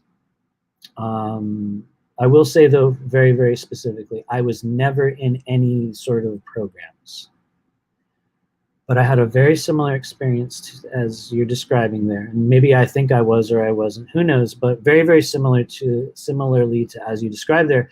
And there was a stage of my life, I think this was in 2010 or between 2010 and 12, in which that started showing up for me. And it started showing up in these weird ways where people would talk about remote viewing, and I didn't really know about it. I didn't even know what it was. And like, suddenly one day I was just in some chat group with a person on Facebook, and they were like, I think I can, remote view, and, maybe I want to try an experiment. And for some reason I was like, you know what, I can do that.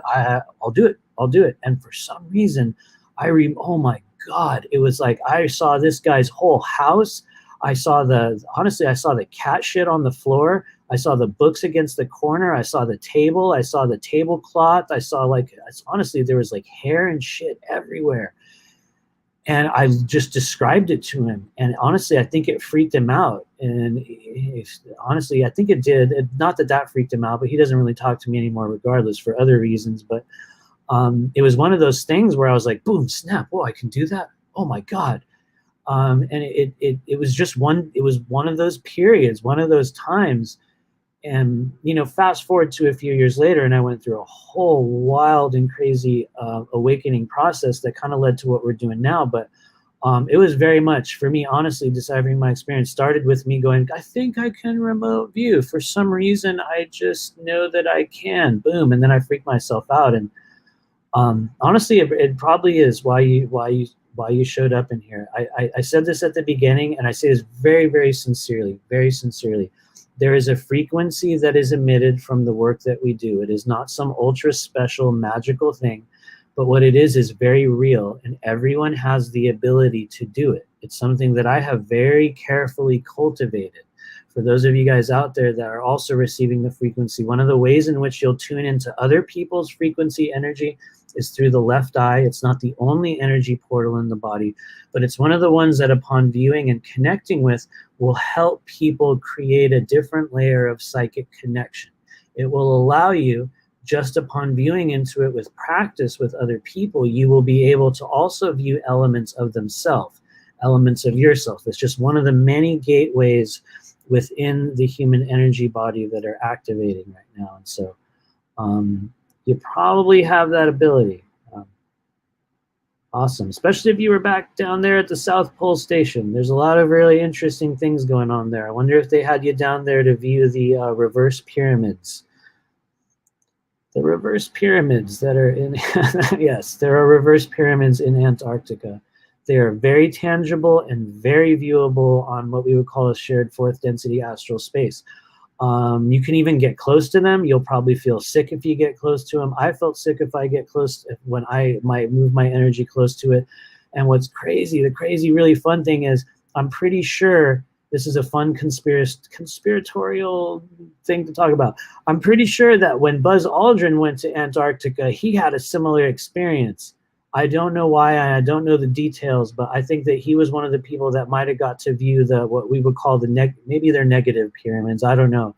But the energy that comes from them is so intense and so crazy.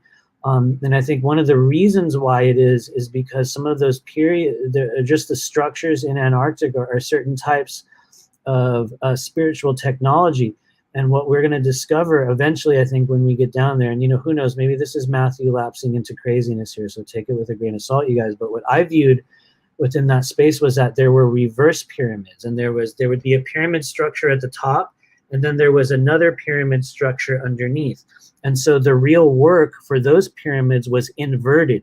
And so it actually took place in the reverse structure underneath. And so by my understanding, one of the things that was taking place with what some people call the quote unquote cabal and the negative control structures rising up on Earth, some of that was facilitated through the reactivation of the reversal. And, you know, Lisa Renee talks about this at length as being literal real technology, what some people call reversal technology. And it's interesting to note that, as far as I can tell, it's because there are actually reversed pyramid structures down there which will invert a certain type of energy. We find, or what I noticed when I viewed that energy and saw it inverting, was that it appeared as though it was activating within people. It was like turning on a radio station that I think was facilitating just certain levels of knowledge, certain things would show up in the body, certain, you know, just people would go through changes. And so the interesting thing is, and I am not going to try to tie these together, I'm just going to state the succession of discovery. For me, I discovered those, I think it was at the end, I think I was talking about it maybe in a Facebook post about, might have been before the viral insanity. Might have been before the viral insanity. And so one of my soft theories is that it was part of the energetic infrastructure that upon activation facilitated just some of those processes, some of those things that kicked on, some of the very things that we're dealing with right now, in sadly not necessarily a positive way. Not a positive way, absolutely. But I could be wrong. I say take it all with a grain of salt. Take it all with a grain of salt. I can tell you one thing. When I was able to see the inverted pyramids, there's a literal path. There is an action. It was like I could go down the path, and it was not an intentional thing that I did. It was like me. I was like, we're going to connect with the energy of this, and I'm like, where are we going? And this is where we went. So it was.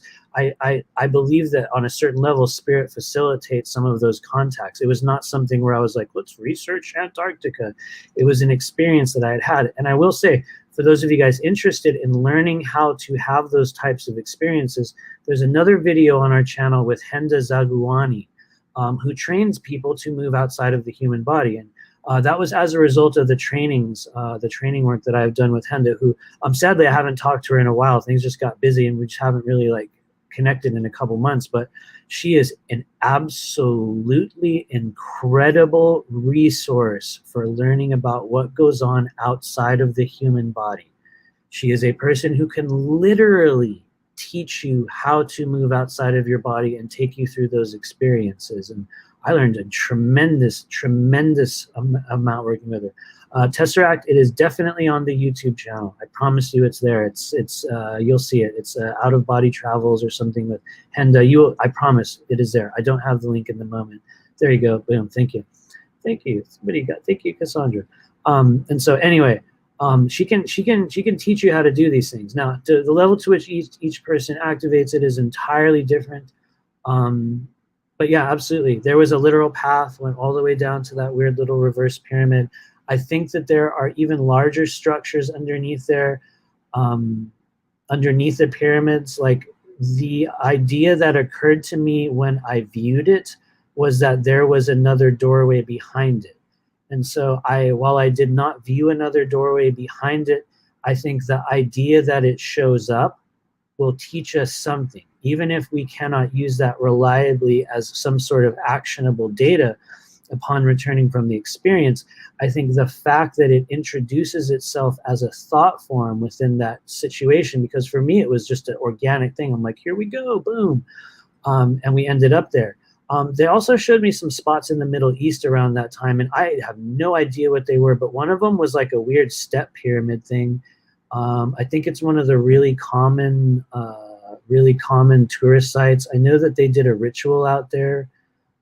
Some of you guys can dig through some of the recent posts. It's probably buried now, but I think the Pope or somebody randomly did a ritual, a prayer out at some ancient site in the Middle East or something like that. That was one of the places that was shown. It was almost like a tour that myself, and what's crazy is there was other beings with me there. It's one of those things, like, it wasn't just me rolling through this experience. It's honestly, I don't know if it has ever been just me. I mean that very, very sincerely, but yeah, there was like some what looked like portal activity that corresponded with possibly similar reversal type structures in the Middle East as well. Anyway, it is a long and windy road, but yeah, reverse portals, reverse pyramids. Anyway, thanks for hanging out, deciphering my experience. Appreciate you. Haley Iniguez says, please explain more on the left eye. I've been able to see changes in other people's left eyes for months. Oh my Lord, that is absolutely real. There is both an organic and a non-organic version of it. And so one of the things that this is, and I will preface this with this, Haley, this is just what I have been shown. I am one of many people on the earth plane receiving such information. There is no one authority. I'm just one of the people figuring it out alongside everybody else. But one of the things that I have discovered, and many others, so this is not necessarily Matthew's thing, but there are timed openings of pre-existing energetic portals to non-physical energy within your human body. Areas of your body that through the physical life cycle experience will have a multi-purpose nature. They will serve one purpose in the physical sense, and they will also have a non-physical ability or a non-physical function. And so one of the things that happens when we switch into fourth density is that every organ and every element of your body also gains an additional layer of interactivity, additional layer of capability. And for many of us, it starts with emotional understandings and empathic activations internally within the body. Yet also at the same time, within the upper chakras, in the eyes, there are specific energetic portals. They have long been studied and described in ancient Egypt. I think I don't even know the terms anymore. It might be like the left eye of Horus or something like that. That whole image that is meant to depict the pineal gland. That is in part what we are talking about. But to be more specific, there is an energy opening. There's a portal that opens up within the left eye. And so the left eye is it's not the only one, but it's one of the ones that's activating on the earth plane right now. And so it is one of the places that you can focus on as you interact with other people or view their energy over social media or even watch them on TV or on the news or whenever you see them. And you can look into this energy portal and you will receive an additional layer of information. And yes, I am doing it right now in this moment as an example of a demonstration. And so it is a thing that you can still do safely. It is not a thing that gives up one's will or one's, it's not like you're letting someone put their energy. It's nothing like that. It is you viewing something on a deeper level. And so it's one of those things that we will be disarming and learning more about, many of us that are kind of on the path of spiritual activation in the coming years. And so you can start to connect with people's left eye. You yourself can have conversations with people, and as you're having a conversation with them, Haley, you can look into their left eye and you can have a second conversation with them. It does not mean that they will receive it. It does not mean that you will even accurately send that information, but it's something that you will practice, and it's something that will continue to develop. And throughout time, you're going to be able to, honestly, as crazy as it sounds, because this is always a woo-woo statement, but this has been the literal truth for me, because I had a really big opening of the left eye in 2019. And I actually thought I was going to go blind for a couple months. This literal sort of blue dot developed in my eye, and it's still there now. It does not eclipse the vision, but it's something that I see every time I close my eye. And upon peering into it, I realized that it was very much a portal within the energy body, which, once again, just the statement of that for some people is very much, it's too woo-woo. It's too hard for them to grab onto. So only certain people are going to be able to receive it. And it's probably what's happening for you, Haley. You will see it in other people. I will state it openly. If you want to see the example of an inorganic, artificially implanted or exacerbated or enhanced version of left eye portal technology, you can look at, and I always tick the AI when I say it, but Jeff Bezos. You can pull up an image search page and find some recent pictures of him. And just look at the left eye and just notice what you notice. It is a really good example of the inorganic version of it. And so you're also going to notice this within, obviously all the, the quote unquote secret society. Don't worry, I won't say the negative keyword. Symbolism, the whole eye of providence and all that. There is also a lot of mysticism attached to it, because it is also one of the areas on the human body in which there does exist technology that upon inserting into that area can actually overtake, or it's kind of like a hard drive rewrite. You'll sort of flash a hard drive And that's also what some people are calling the cloning process right now, which is actually just a hard drive rewrite for some people. They'll overtake consciousness. And so one of the big portals into that right now is through what they call the outer canthus of your left eye. It's like they'll stick this little thing right in there. I do not know exactly how it works. I'm not some like know-it-all that can tell you the exact technology. And I know that there are many ways. There are many ways in which this energy is enhanced and worked with. We're all figuring it out together, but there's both the organic and the inorganic version of it. And so it's a thing that we're going to be learning a lot more about in the years to come. And at the same time, I myself and many others are also going to learn that we were wrong about a lot of what we thought it was. We thought it was this, we thought it was that. But as you know, we don't know what we don't know. And so it's things that we're picking up piece by piece by piece. I can tell you that as I have interacted more heavily with the left eye and the irregularities within my own visual space within the left eye, as a professional intuitive, I believe that it was one of the apparatuses or the gateways that opened me up into just a whole entirely different level of interactivity. And it's something that I regularly rely on in each and every reading. And people that watch me on videos, they'll notice my left eye starts doing its own thing after a while. And it's very, very real. It's a very, very real thing. And so for some people, it's still pretty woo-woo and hard to grab onto. For other people, they have this, it's like one of those things that when they learn about it, there's this deep knowing, and it's like, oh yeah, I already knew that somehow. Even though you're telling me now, it's like I already knew. And it's like this weird little box unlocks. And that's kind of how kind of sacred or hidden or occulted knowledge really gets passed on. You know what I mean? It's these little pieces and these little keys that we get here and there. And yes, you're at the stage of your physical life cycle in which possibly many of us here, by the time we are leaving this physical earth plane, you will be interacting entirely telepathically with a variety of living and also non-physical beings who are also living. But one of the ways in which you'll do it right now to condition yourselves for the future is by just working with the left eye, looking into the left eye, seeing what shows up. Sometimes you're going to do this with people, say like politicians. Yeah, I'll say it. Biden's a fun one to do it with. Kamala's a fun one to do it with. And you will get just a different vibe, a whole different energy. It's also going to be one of the places that you're going to look to view. This is such a loaded statement. Get ready. You're going to be able to look at that area and view whether or not that person is an organic human being. That's always a fun one when we go to the super deep end of the pool, because there are a number of beings on the earth plane in places of power that are literally no longer living human beings. I know it's like, you know, we go all the way in there. And yeah, it's also true. How we're going to understand and unpack and disseminate and discern and figure out the truth around that process. That's literally why we're here. And that's why a lot of you guys are stumbling into this weird live stream, is because you're also figuring it out. You know, Kathy White says, is the left eye known as the evil eye? It could be, although I think the evil eye is more of an energetic transaction that takes place through the eyes when something is sent.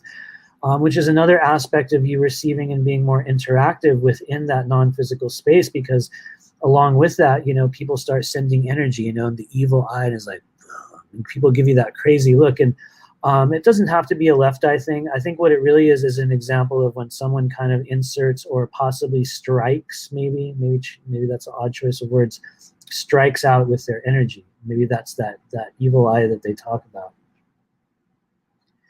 Shows up in many different ways. So, thanks for hanging out, you guys. I appreciate you guys hanging out. Let me know if you have any other questions. Alan Conrad says, is that why they killed Left Eye? I wonder what was going on with her. I do not know. That's a fun one.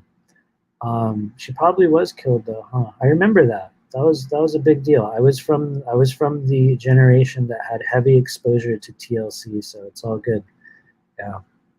I wonder what really happened. What really happened to Norm Macdonald? Sorry, Norm. Seriously. What happened to Norm Macdonald? I say that lovingly. I'm not one of those ones that's like every celebrity death is a Cabal sacrifice, because you know what, honestly, sometimes people just die, you guys. Sometimes a cigar is just a cigar, you know what I mean? Sometimes people are just doing an actual mudra known as the Hakini mudra. Every time someone does this on a photograph doesn't mean they're Illuminati. Sorry, I just kicked the AI. Seriously, it really does not. Like, there's a legit, you know what I mean? I actually got this one once. Somebody put a comment on Facebook years ago, and they're like, look how Matthew's holding his hands. What was it? It was like, who is he actually aligned with? And I was like, what, are you serious? Like, if anyone's been to some of our classes, this is literally a mudra that we use in the chakra class known as the Hakini mudra. But, you know, it all depends on the lens through which you'll view it. And so, but anyway, all that aside, rest in peace, Norm MacDonald. Right. He called, yep, totally. He did do that. Alan. That is true. I remember that. Did they Anthony Bourdain him? I wonder. I don't think so, though. For some reason, I just don't think so. I could be totally wrong. I am definitely willing to be wrong. I can tell you this much: when you see two other, semi-important celebrity deaths in the next 90 days, then you will know clearly what it was. Power of 3. Let me see that. Even that. Yeah, exactly. No, for real though. Sometimes people just die. It doesn't always have to be this like crazy. It doesn't always have to be this crazy thing. Seriously, sometimes, you know. Anyway, not trying to get lame here. Trisha, thank you. She says, when I saw the ships, I thought maybe 2 of my possible star children were on the ships. Any insights? Yeah, totally. Honestly, to be very, very sincere, I believe that in many cases, when we will have that sort of spiritual experience, and we will have these mental wonderings or these thought processes or these sort of things that kick off internally, kind of like you wondering, I wonder if my star children were on that ship. In my opinion, if you are experiencing that in that moment, that is usually spirit or your guide saying, hey, you know, you got stars, you know, you have children, you know, it's them telling you that it is as such. And that does not make it true, but that has been a thing that I have found time and time again upon interacting with spirit. And you know, it has taken a long time for me to say this, but upon interacting with spirit in, I guess, honestly, a professional way, which took me a while until I realized, wow, this is literally the only thing that I do now. And I think there were certain days, you know, maybe when we talked to one person in India, I talked to another person in Great Britain, and then another person, I think it was in like the Netherlands or something, on the same day. And I was like, whoa, okay. Maybe this is, you know, maybe something is actually really happening now. And so what I learned within that space of encountering people like that is that oftentimes they would have these experiences, Trisha, and they would wonder these questions, or these big things would come in. And in my opinion, what we learned is that oftentimes that's how spirit will talk to you. And it's like this question will come in, but our human body will discern it, or a knowing will come in, and we will discern it as a question, because we have many, many filters, all sorts of filters within the human body. And so in my opinion, that's them telling you that you probably have some sort of, you know, hybrid or star children, you know, within that ship. I think that at many stages in the physical life cycle, for those of us that have been a part of such things, and I also believe that there are a tremendous amount of people that are a part of such things and have no memory of it, but they will come back and view you. Sometimes you'll be viewing yourself from outside time, which is a fun one to kind of grab onto. But I personally believe that I have had that experience where it's like I knew beyond a shadow of a doubt that I was watching myself in that moment, which for some people that are kind of stuck in the third density mind filter stage, it's very hard to conceptualize. What? You're watching yourself from the future in that moment? And yet, I'm not the only one. And so, anyway, not to keep ranting on that one. Cool, interesting. Kyla says, Michael K. Williams worked with some very dark forces. He might have. I'm not familiar with Michael K. Williams, but he probably, you know, it's entirely possible. I think especially for people that will rise to meteoric heights within, you know, celebrity in strange ways, in really, really, you know, really, really fast. I think in many cases it is indicative of, you know, some people will call it the selling of the soul or the entering into certain contracts. And the literal reality is at least for the earth experience, it is possible to sell the soul.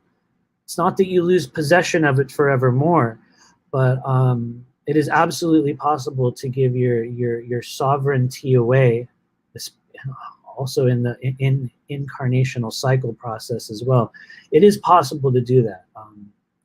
That is a real thing that takes place. And so I think, some of these people, they made that agreement.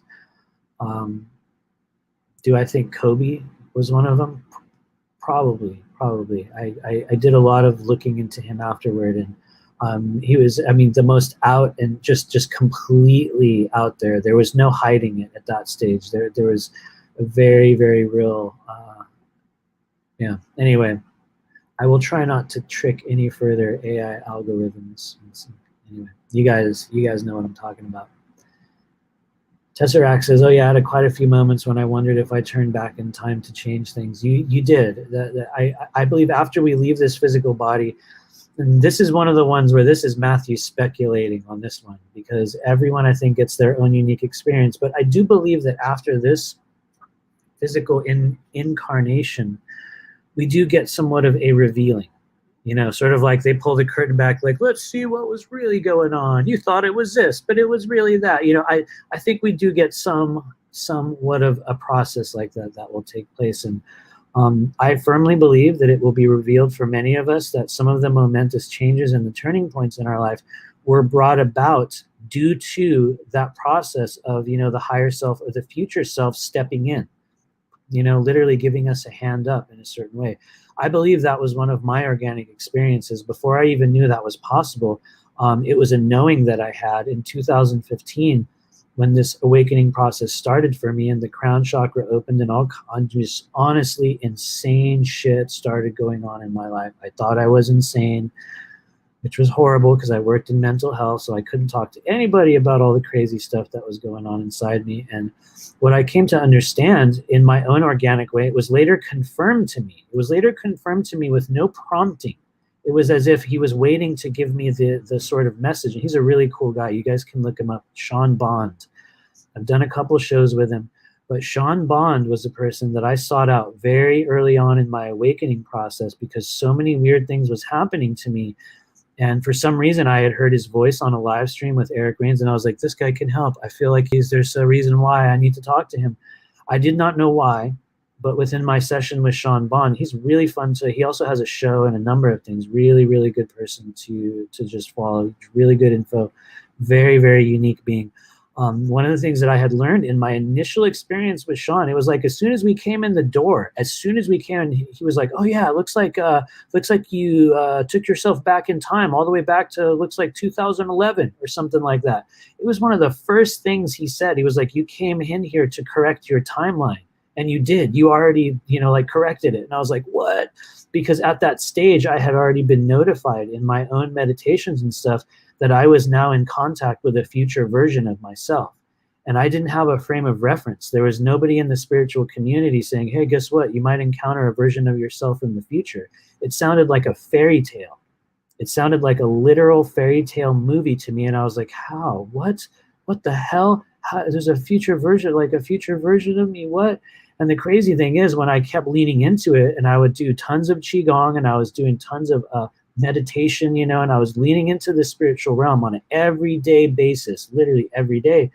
During that process was when I started to have those experiences that I've talked about in a lot of the events that I've done, where it's like being started showing up, new options approached. And anyway, I'll just go on and on about it, you guys. I'm sorry, but it is a real thing. The future self-integration. I think that is a thing that will happen for many of us. So very cool. Oh, cool, Alan. Absolutely, a combo practitioner. Very, very cool. And here's the cool thing, Alan. You're starting in October, and not that there's a synchronicity there, but there is a number of training things beginning in October. This is the stage of the year where, yeah, also regular school starts, but a lot of people right now are starting a very specific line of training, or really honestly remembering. We're going through a path of remembering. And so just the fact that you're doing this right now, Alan, means that you're following guidance from spirit and that you've been led to do whatever this is, whether it's combo practitioner or whatever you end up transitioning into afterward. It's absolutely appropriate. Which is also why we're doing our training program as well. It has been something that the more that we have embraced it, both me and Honora, honestly, the more we have embraced people that have shown up saying, hey, I want to be a part of this or that, or I want to, do this, or can you show me this? The more we embrace it, the more they show up. And if there's one thing I've learned about spirit at this stage is that they will bring the ones to you that can receive what it is you're doing. And so the fact that you're stepping into doing that as a practitioner means that, for most of us, spirit brought it to us. They're like, here you go. And you answered the call, which is always a choice. It is always a choice. Some of us, it'll be almost a mandatory choice, because sometimes there's a number of shaman out there and healers. We've had a couple of them, or we got a couple of them coming up in our new program, in the new group. People who, they didn't follow that guidance. They knew they were supposed to do some sort of spiritual or shamanic work, and in their case, they actually got sick. They got very sick. Then, they did not. It's like you don't live to what your heart is truly calling you to do.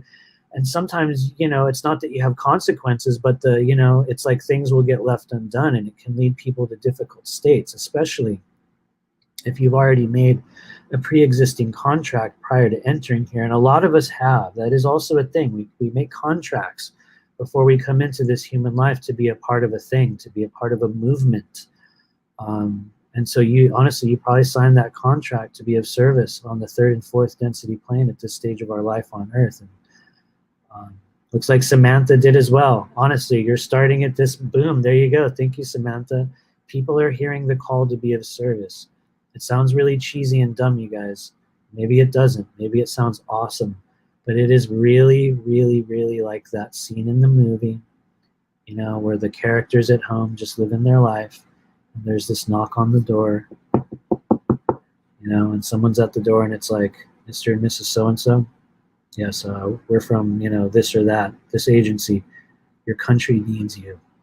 Your world needs you. The people on Earth need you for real. So, yes, I get very emotional about that, because it has been the most real thing for me in this life. And a lot of other people are figuring that out as well. The more real you make it, the more real it becomes. And so congratulations to those of you guys that are starting this path of spiritual service at this stage of the journey, because you are so needed. Look at what's going on the Earth plane, you guys. Look at what's going on. Maybe the AI already loves me, so I can say it, but all you have to do is look at the masks. Look at what's going on. People are utterly and completely disconnected. We're becoming more so, and that's part of the multidimensionality that's present on the Earth plane. All the realities clashing together.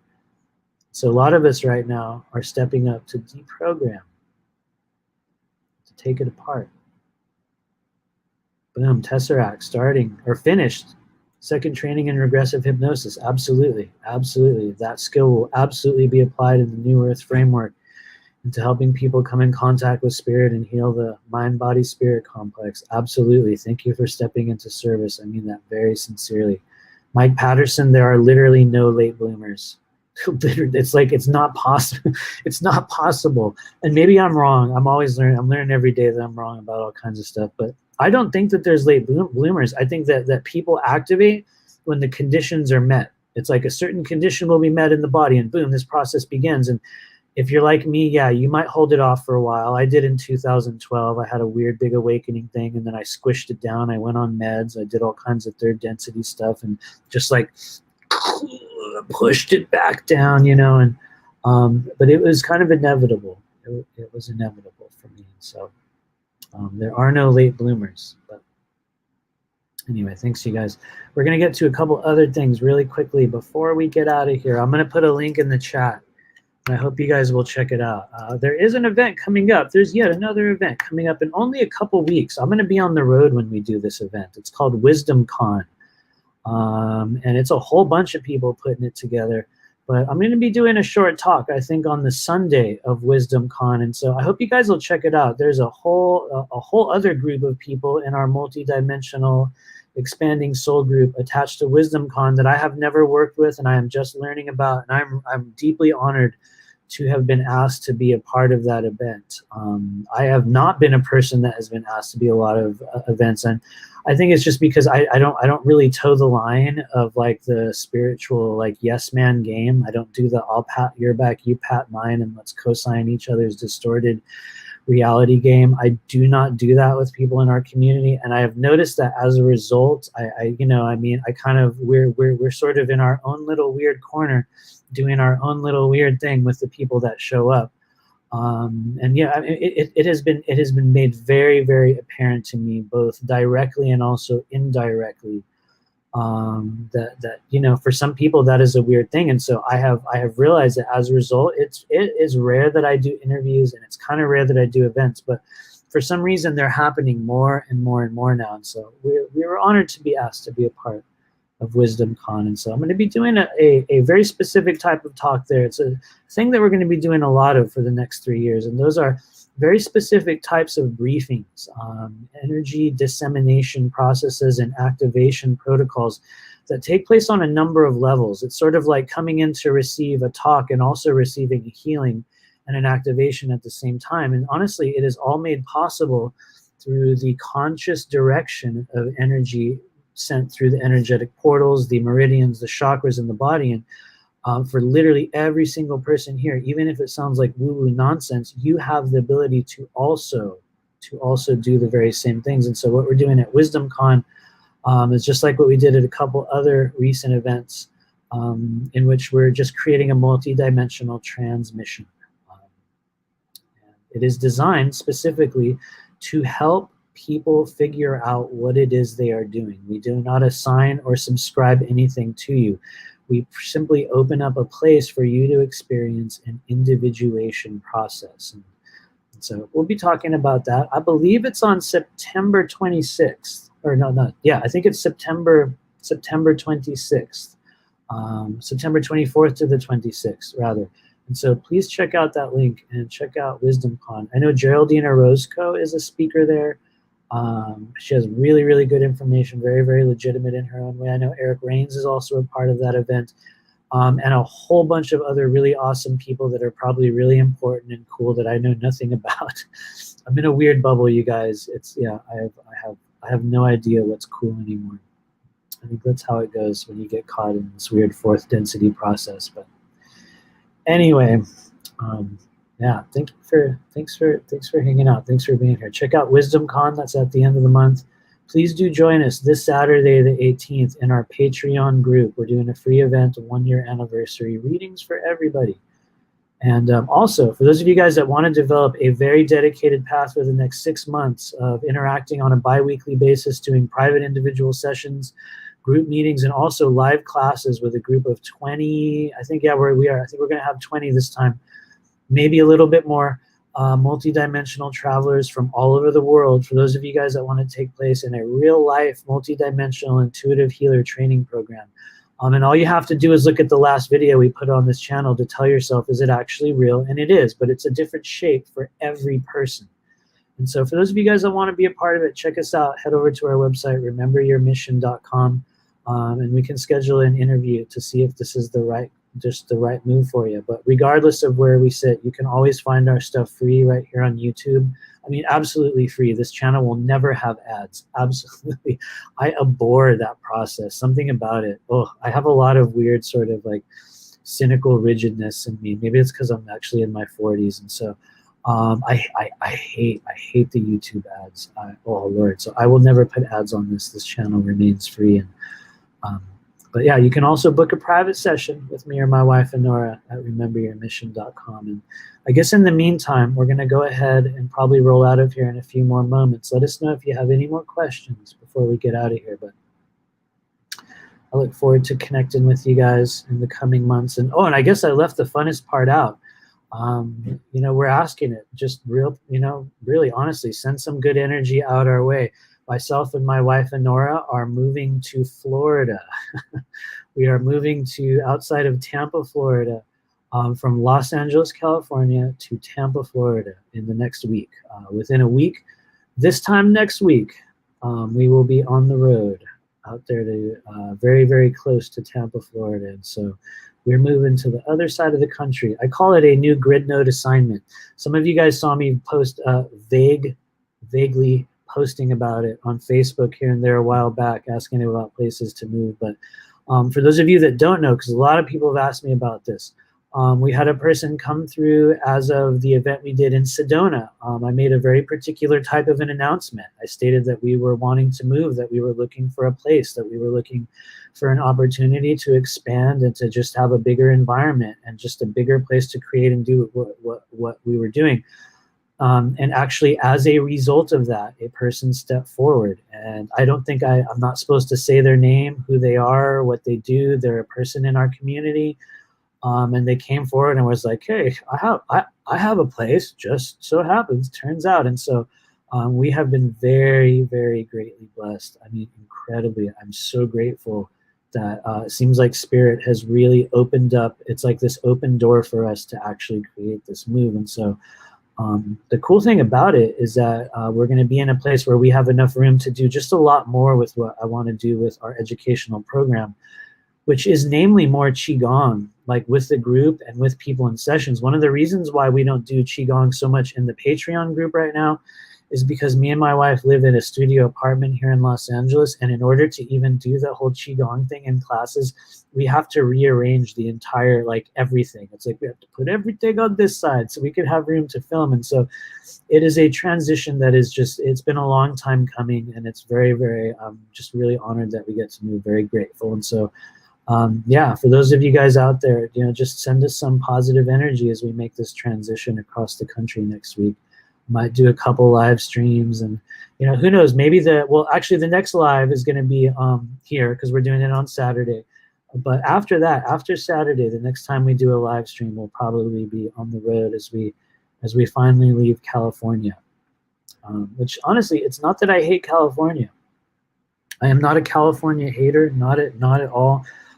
If it was not affected by this truly hostile, you know, mind virus that has overtaken, you know, everyone from politicians to the people on the street and created this toxic form of viral hypervigilance, that it's literally just squeezing the life out of myself and many others who are on the organic timeline. It's not that I hate LA, but it's just one of those places where it is becoming nearly inhospitable to people that are operating within a certain vibratory range. Not that it's inhospitable. I could survive here. I definitely do not hate it, but it is one of those places that we were just called to leave. And I think certain times in your life, transitions will organically appear. And it's just like, you know, this door will open and you'll just like, whoop, I guess, oh, we're going through it. And so it was one of those things. The door opened and we accepted. And so, yeah, so hopefully the next time we do one of these YouTube ones, we might even be in Florida. But I promise I will give you guys an update in the meantime. For now, though, yeah, feel free to check us out at our websites. They're in the chat. And I look forward to doing more Qigong routines.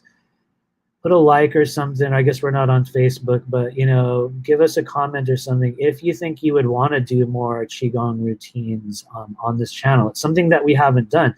But I also say that really upfront, saying I am not formally educated in this. What I have been shown was through the guides that I work with in the Multidimensional Higher Self Council, just a slightly different modified process of movements that we've brought into our chakra class. But I would love to do that with people on a more public level, because I think that is one of the things that will literally awaken your psychic abilities. And so anyway, we've been I always linger forever. I know I linger forever. Thank you, Tesseract. Thanks for hanging out. Thanks, Cosmic Origins. Thanks for being here. I appreciate you hanging out. Good to see you. Good to see you. Keep moving forward no matter what. I mean that from the heart. So anyway, you guys, please do check us out, rememberyourmission.com. Join us on Patreon at the Blue Flame Collective this Saturday for free. I will post the link in there probably by the end of this evening. I think it's about, let's see, what time is it here on the West Coast? It's 3:30 on the West Coast. And so probably about by 5 p.m. on the West Coast, I promise I'm going to put the Zoom link in there. And so you guys can come and just hang out for free. Like I said, we're going to be doing readings for our Patreon crew first, and then we'll be hanging out and ranting and doing readings for everybody else afterward. And it's going to be uncensored. That's why it's not going to be on YouTube. Unless the group really wants it, it's going to be totally uncensored. So we're going to talk about whatever the hell we want to. And yeah, I guess in the meantime, I love you guys. Find us at rememberyourmission.com, and please do subscribe. If you find value in this strange live stream, perfect. If you find value in this live stream, in this strange channel, subscribe. Yeah, we'll see you in the future, you guys. I love you. Stay real out there, and we'll see you Saturday. Stay out of trouble, guys.